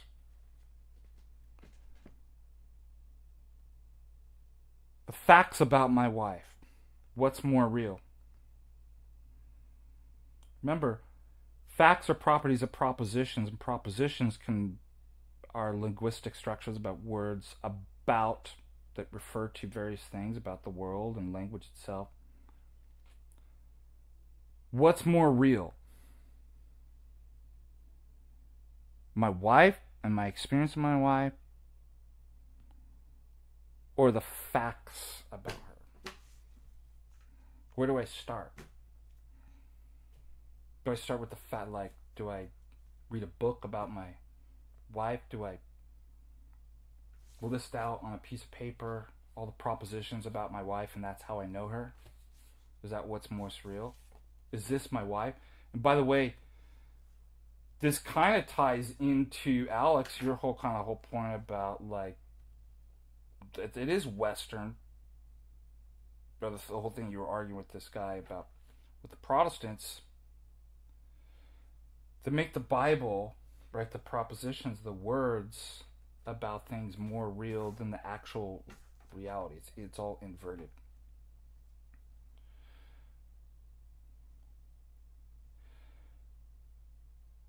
If I had to, there's more of an intimacy. It's young. It was just created. It looks different. It's fresh. The God's there. Like I have. And Bruce Willis was specifically talking in terms of, like, in environmental responsibility too, and like we talk about the divine energies and stuff like that, where if the world starts to look different, and even your view of God and man does in an older. That's what I'm trying to say. So we can argue about the scientific facts about it all day long. I don't care. How about that? Because it's not real to me. It's not that important. It's the way it looks, right? And the way it looks makes it, right, see God in the world and man in a certain way. And therefore, the way that I see God and man in a certain way is more important than, quote unquote, the facts. That's what I'm trying to say.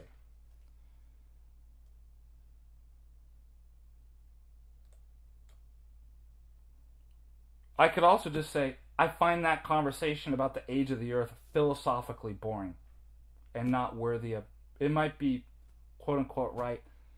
I just find it boring.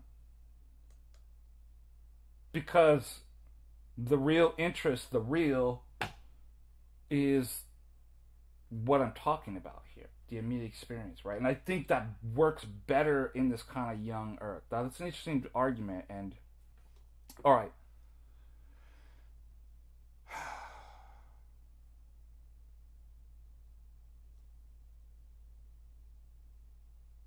yes, it does. You're right. It makes it seem more distant, almost indifferent to current.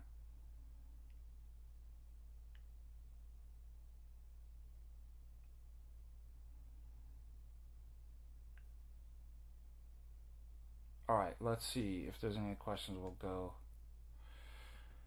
Macion, $10. Thank you so much. We had Jonathan say, "Christ, my prayers for your mother and and losing your dog." Fake News Mountains, thank you. Moses Verdon. Okay, and the rest of you. All right, let's go.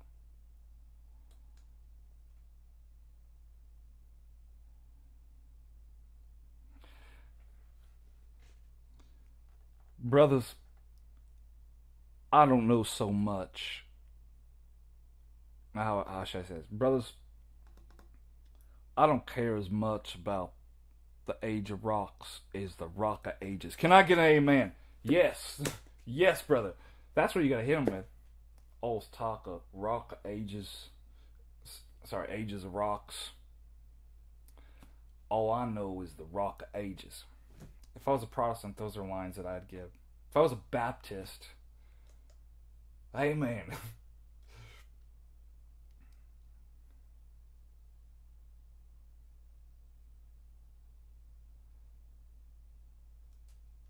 All right, ready? So I have arguments, right, going back to, we're only halfway through this, I'm sorry. What else are we going to do tonight? Sleep? You sleep when you're dead. I can't believe they made this guy a deacon. That was the best line of the night. I love that stuff.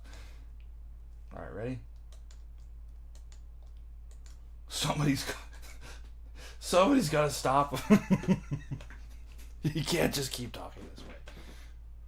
They're doing videos on evolution and science. The fathers.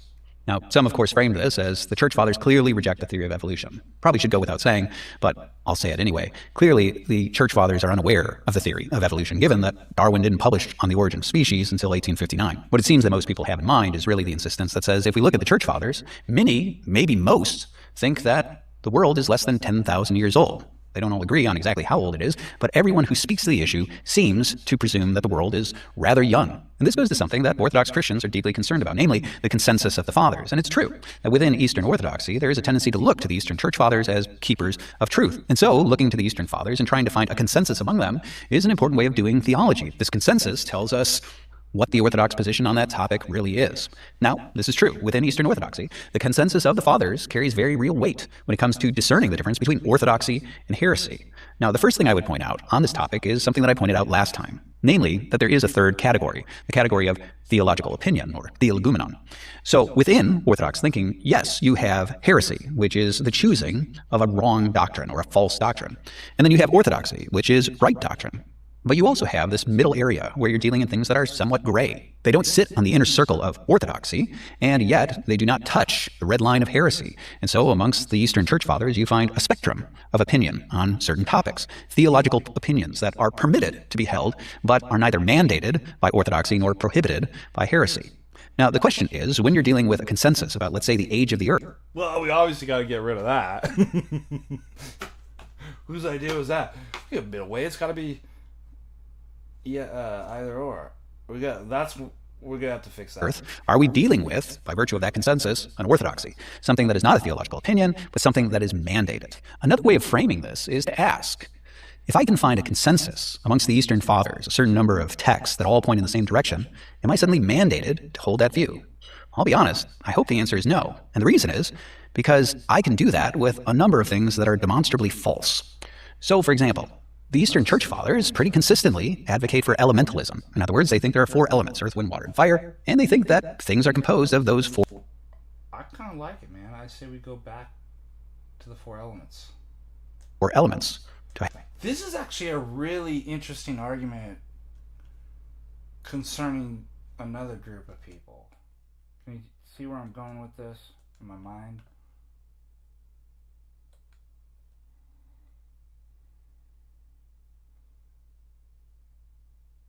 Where's Alex? Alex will tell you.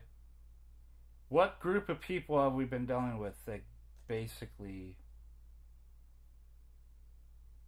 mic is too low?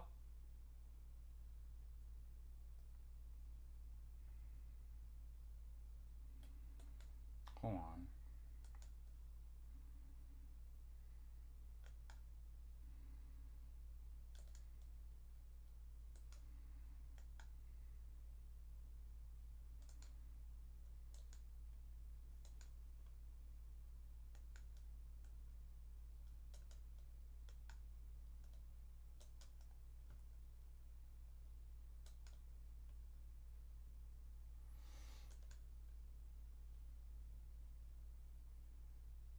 What if I do this? 200%. Is this better? 1, 2. I can do it even. Let's do 300. 300%. 300%? Whoa! Better?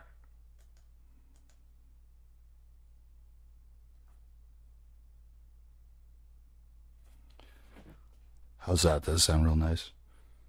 Let's just talk like a radio late night show host. You've turned into KF Helena, KFC. Where was I?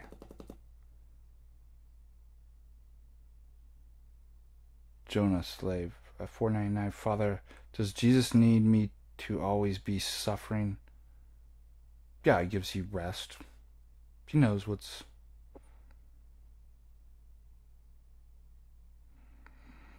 The idea is not to have much I basically don't know what I'm talking about. I'm not great at my judgments, so I've just kind of abandoned what's right and what I need and stuff. And there's kind of a freedom and release in that I'm like, I don't know. Like, I obviously trust God a lot better than I trust myself, and so He knows I don't like it. I certainly don't like suffering, but I won't run from it. I trust God that I'm like, He knows exactly how much. Like, I just don't worry about it. I'm like, I just kind of man up and tell myself to, like, pull yourself together and you got to do it. Like, there's lots of things I don't like and want to do and that are really hard, but I'm like, yeah, I'll get strong. I know that He'll never just be like, just endless without any relief, because we can't do it. But the more the better. I told my mom this, we were talking once about a lot of suffering. I'm like, to be honest, the more the better. The worse, the better. Like, so rejoice in it. Yes. I won't even call them Latinizers, by the way. I call them Schupenites. But what do they always do? Well, first of all, they misinterpret. Do you disagree with St. Peter Mulligan? I'm like, no, I disagree with what you're doing with it. How about that? KFDA, I like that. Hi, you've tuned into KFDA. It's 9:52 Mountain Standard Time, and you've tuned into a philosophical analysis of theistic evolution with your host, FDA.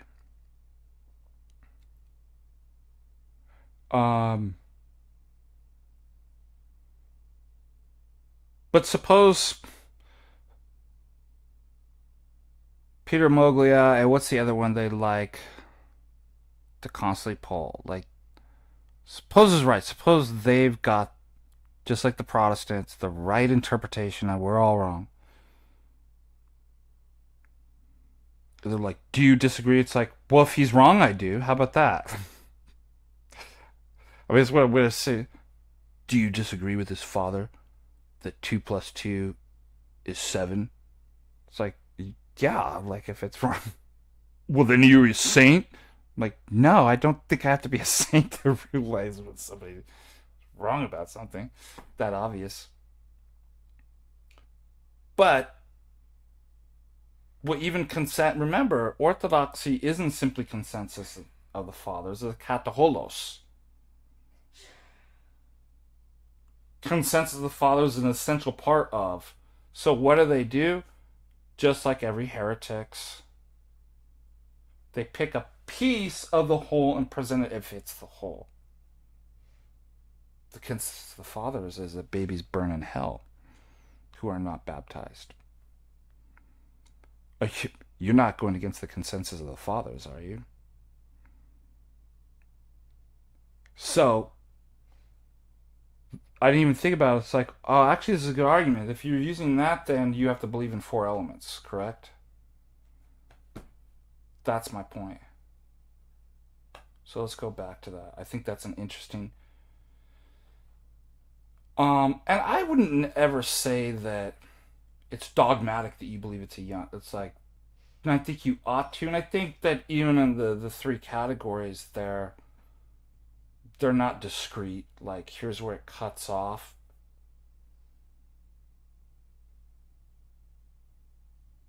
That, like, clearly these are the things that are dogmatic. Like, are there areas when you start to get into theology to begin with, it's like, is it dogmatic or is it theological? I'm like, I'm sure there's areas that are like that. But I would never actually say that, like, yeah, it's like, I think there's some fundamental principles that are dogmatic they're gonna run into a difficult time with. I think that's kind of the way that I've been presenting it. That I'm like, I don't know how you're gonna explain this. But I wouldn't say no. You have to believe young Earth. So I felt like I should add that.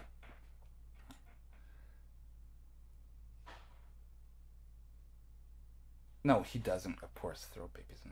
That I do know.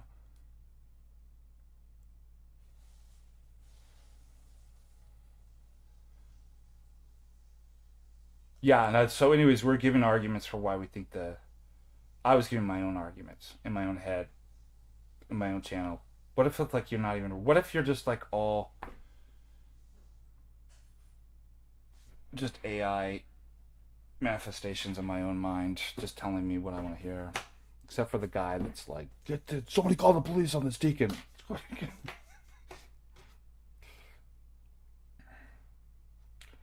I can't believe they're letting him talk. I want that guy back. That was hilarious.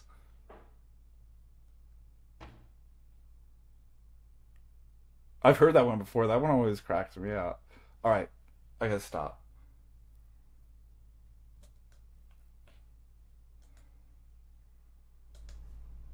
Gotta get back to work.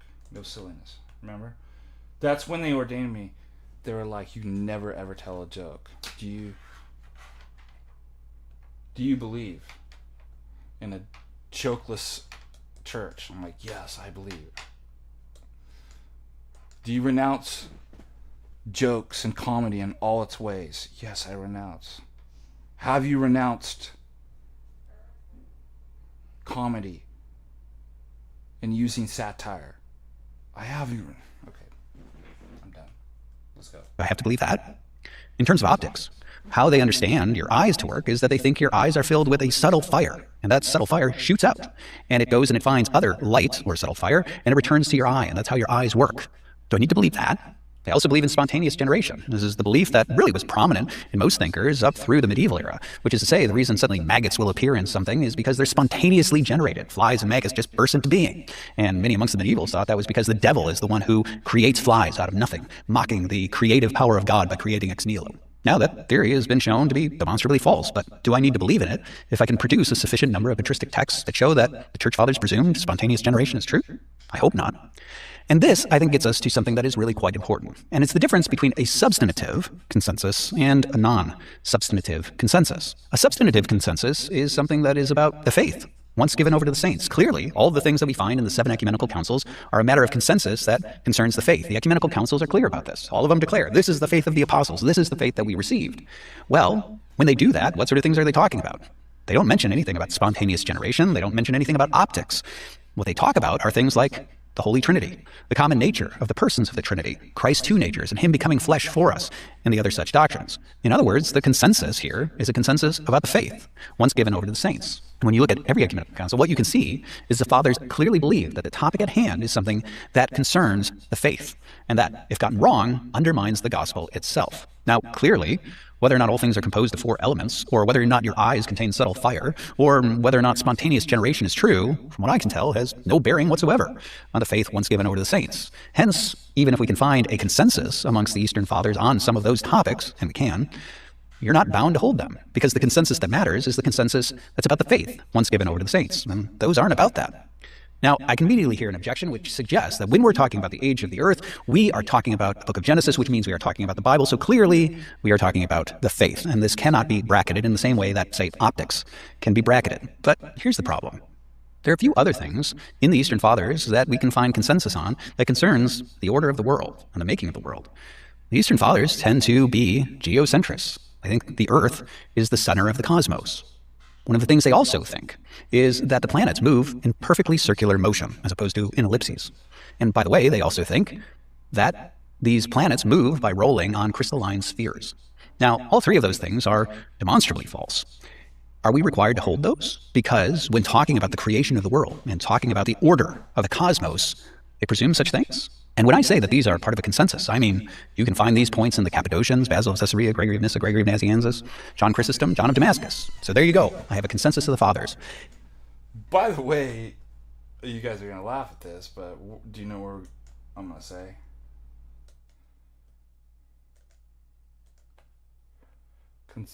Does anybody know? Let's see the chat here. I'm going to have to get to bed pretty soon.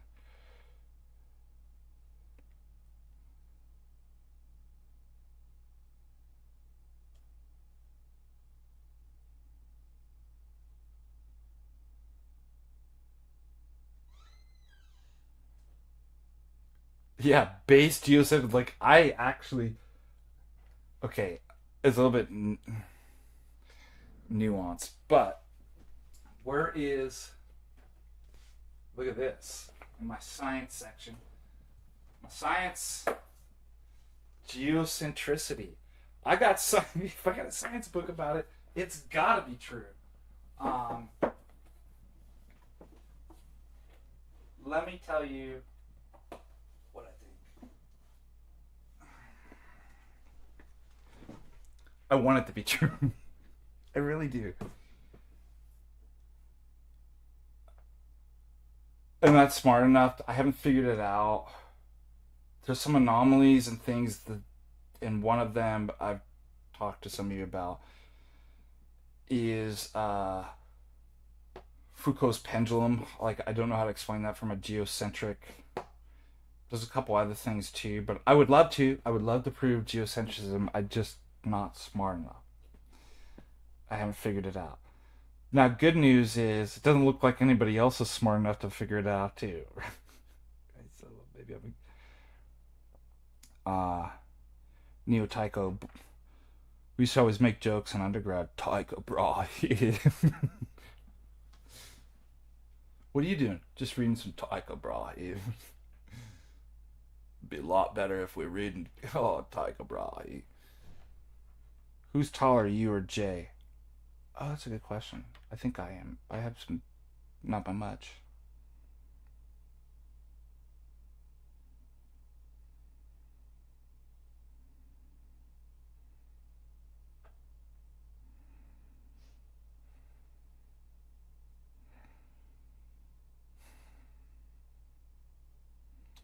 A Neo-Tychon model for Jesus. Self-evident. There you go. That's actually a great rhetorical. It's the perspicuity of the cosmos, you idiots. I'm taller than Father Russell. You guys never heard that? The perspicuity of the cosmos? That is the way it looks, and the universe says it's young, and then it's young. I don't... And by the way, I'm an avid, like, anti-flat earther, if you don't know. But, like, I do like geocentricity. and I wish I could prove it. I just can't. I'm not smart enough.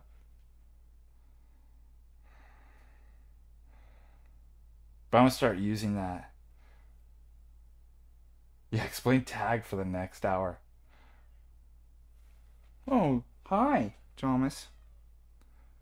Um, I'm just gonna start using all the philosophical, at least self-evident perspicuity. I'll take a double perspicuity shot of self-evidence with a little half and half of um I don't non-dairy a priorism foam.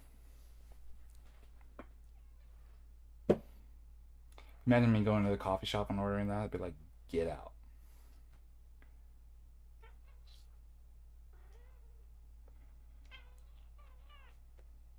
Man, my cat's tripping out. She was.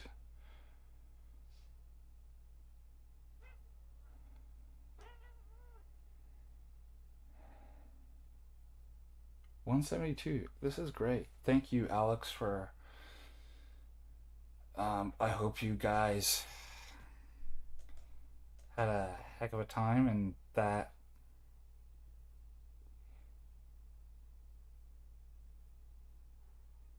Don't forget, I do philosophy of time as well. Um, what are you doing? She wants to come up and say hi. Come on, up here. Up here. Come on, jump up here. Oh, look at her. She's saying hi. Look at that. This is Gemma.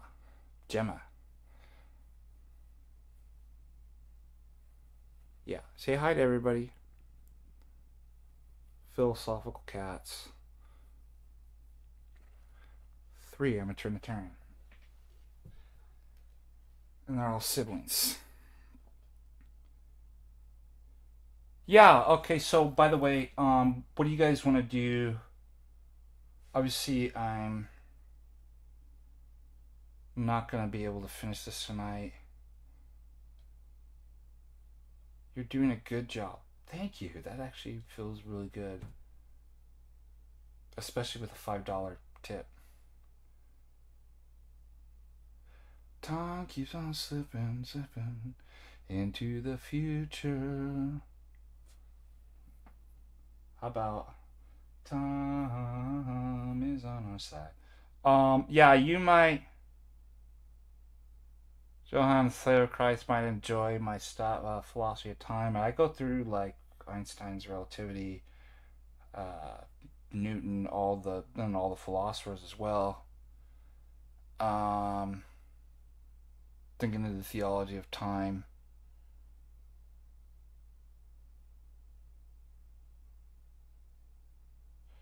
But there's a question here.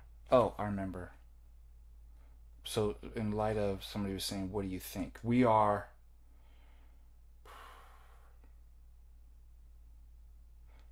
just past the halfway point. I'm not going to finish this. If we just recap too, again, I want to thank Dr. Nathan Jacobs because he helped me 13 years ago. He said something when I was presenting a pro-theistic evolution I'm trying to remember what the name of that paper was. I burned it through. I have it somewhere. Just so I can remind myself how dumb I can be at times.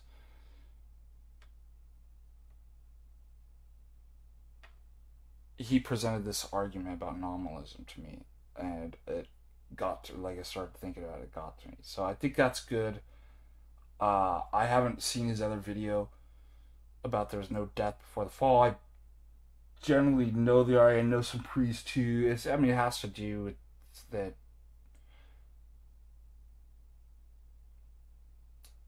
that only human beings were created to be immortal, and therefore there must have been some sort of ceasing to be or death. Otherwise, it would mean they were immortal too. I know how to answer that. I'm not going to get into it tonight. in part, I came with a lot of insights from St. Demetrius Staniloae, especially on Creation and Deification, Volume 2 of the Experience of God of Orthodox Dogmatic Theology, that I think I could actually argue for, that it's like, no, like, and I don't know exactly what the world looked like on that, but like, uh, but that's something I would disagree with Nathan on that, but that's fine. Uh, and then I'd agree with him on, I don't think you dogmatically have to hold, I wish you would, to a young Earth, and I think there's reasons why. And again, I stated, uh, kind of going through the kind of philosophy of science, but also the failures of science. I don't actually trust radiocarbon dating and these things. We also talked about kind of Kuhnian paradigm shifts and how that would work, and how the reason why it's old in that view is to support evolution. So both in terms of motivation, but also, other things that we talked about. And then third, I wouldn't agree with that too. I give the phenomenological argument, I think, in terms of an Eastern Orthodox understanding of what is most real, and that the beauty is, I'm just summarizing the stream, of all the transcendental, beauty is the highest, and how the East understands and what's immediate and what's known primarily. I give an argument, and also that in terms of accounting for appearances and facts, from the Orthodox point of view, like, I find it very difficult how that stuff would all come together. Now, that doesn't mean it's wrong, but just like in science, for example, there's kind of several rules that you want to follow by, like the rule of parsimony. Um, Obviously, you want it to describe it, appearances, avoid as many anomalies as possible. Well, there's something kind of like that with this too. It's like, yeah, I've got a bunch of anomalies. Like, I don't know how to theologically fit that stuff in without running into more kind of serious problems with an old Earth. So that kind of summarizes, and I have more arguments too, my views for why you ought to. I'm not saying it's dogmatic. You're gonna go to hell if you don't believe, but yeah, I'd probably agree with Nate that it's probably Theologumena. Um, but reasons why you ought to, and why you ought to reject. But so far so good. Um, some really good points, some points that I'm just like, yeah, I would find reasons to disagree with that. And we could pick this up maybe tomorrow after um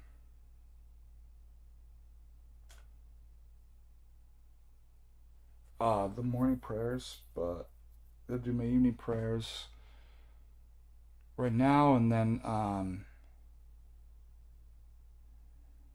head to bed, get some good sleep. Thank all of you. Also, let's not forget, we got to do the Helen Keller hoax stream at some point.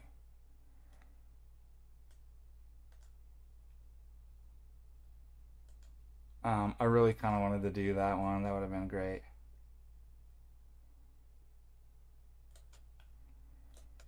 And I'm open to doing a 10-hour stream explaining every nuance of tag. Please do it.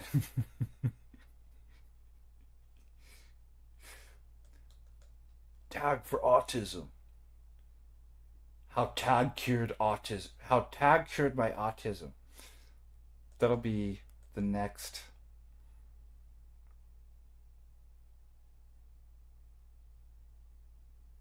You got Jim.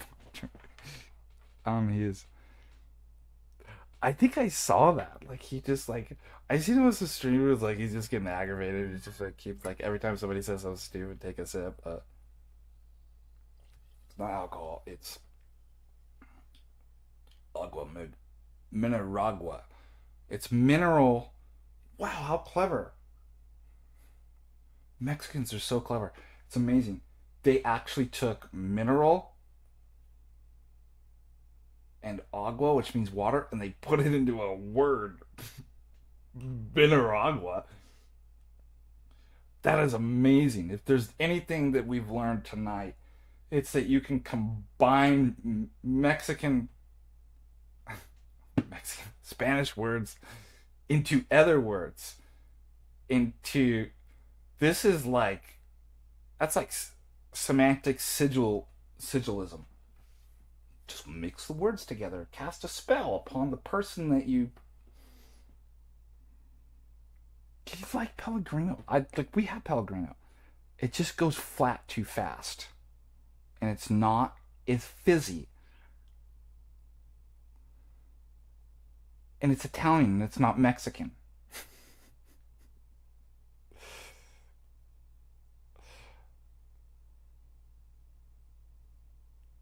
In Syria, called Minaqua. Don't lie to us. We all know that it's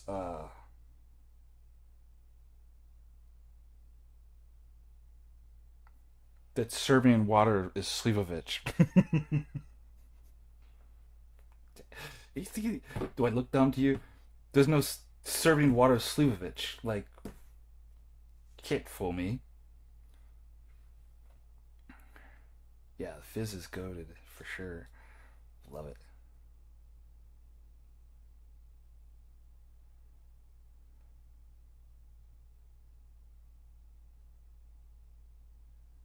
Oh, autists love tag. It is a mental gymnastics maze for autists. They fall for it every time. They fall like, come over here, come over to the tag. Shh.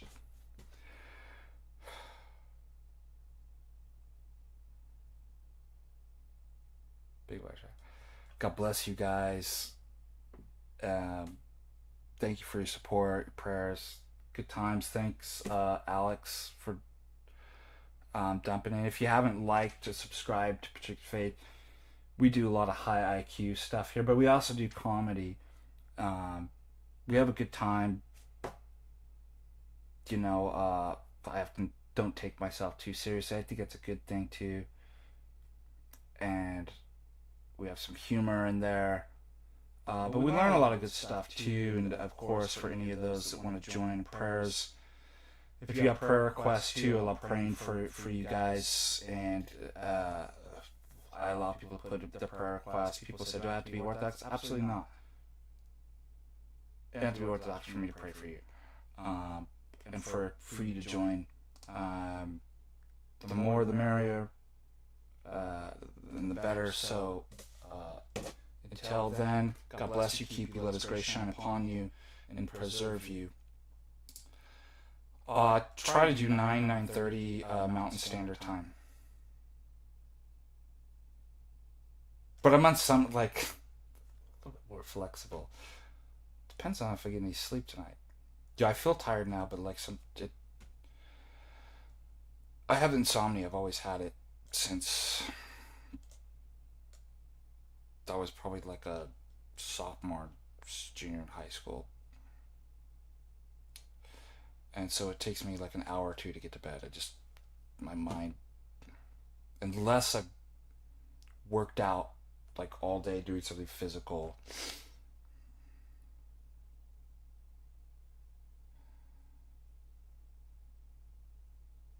That's all right. I mean, and for your grandmother. Yeah. We'll see you guys tomorrow on Morning Prayers. Think about some more topics too that we could cover.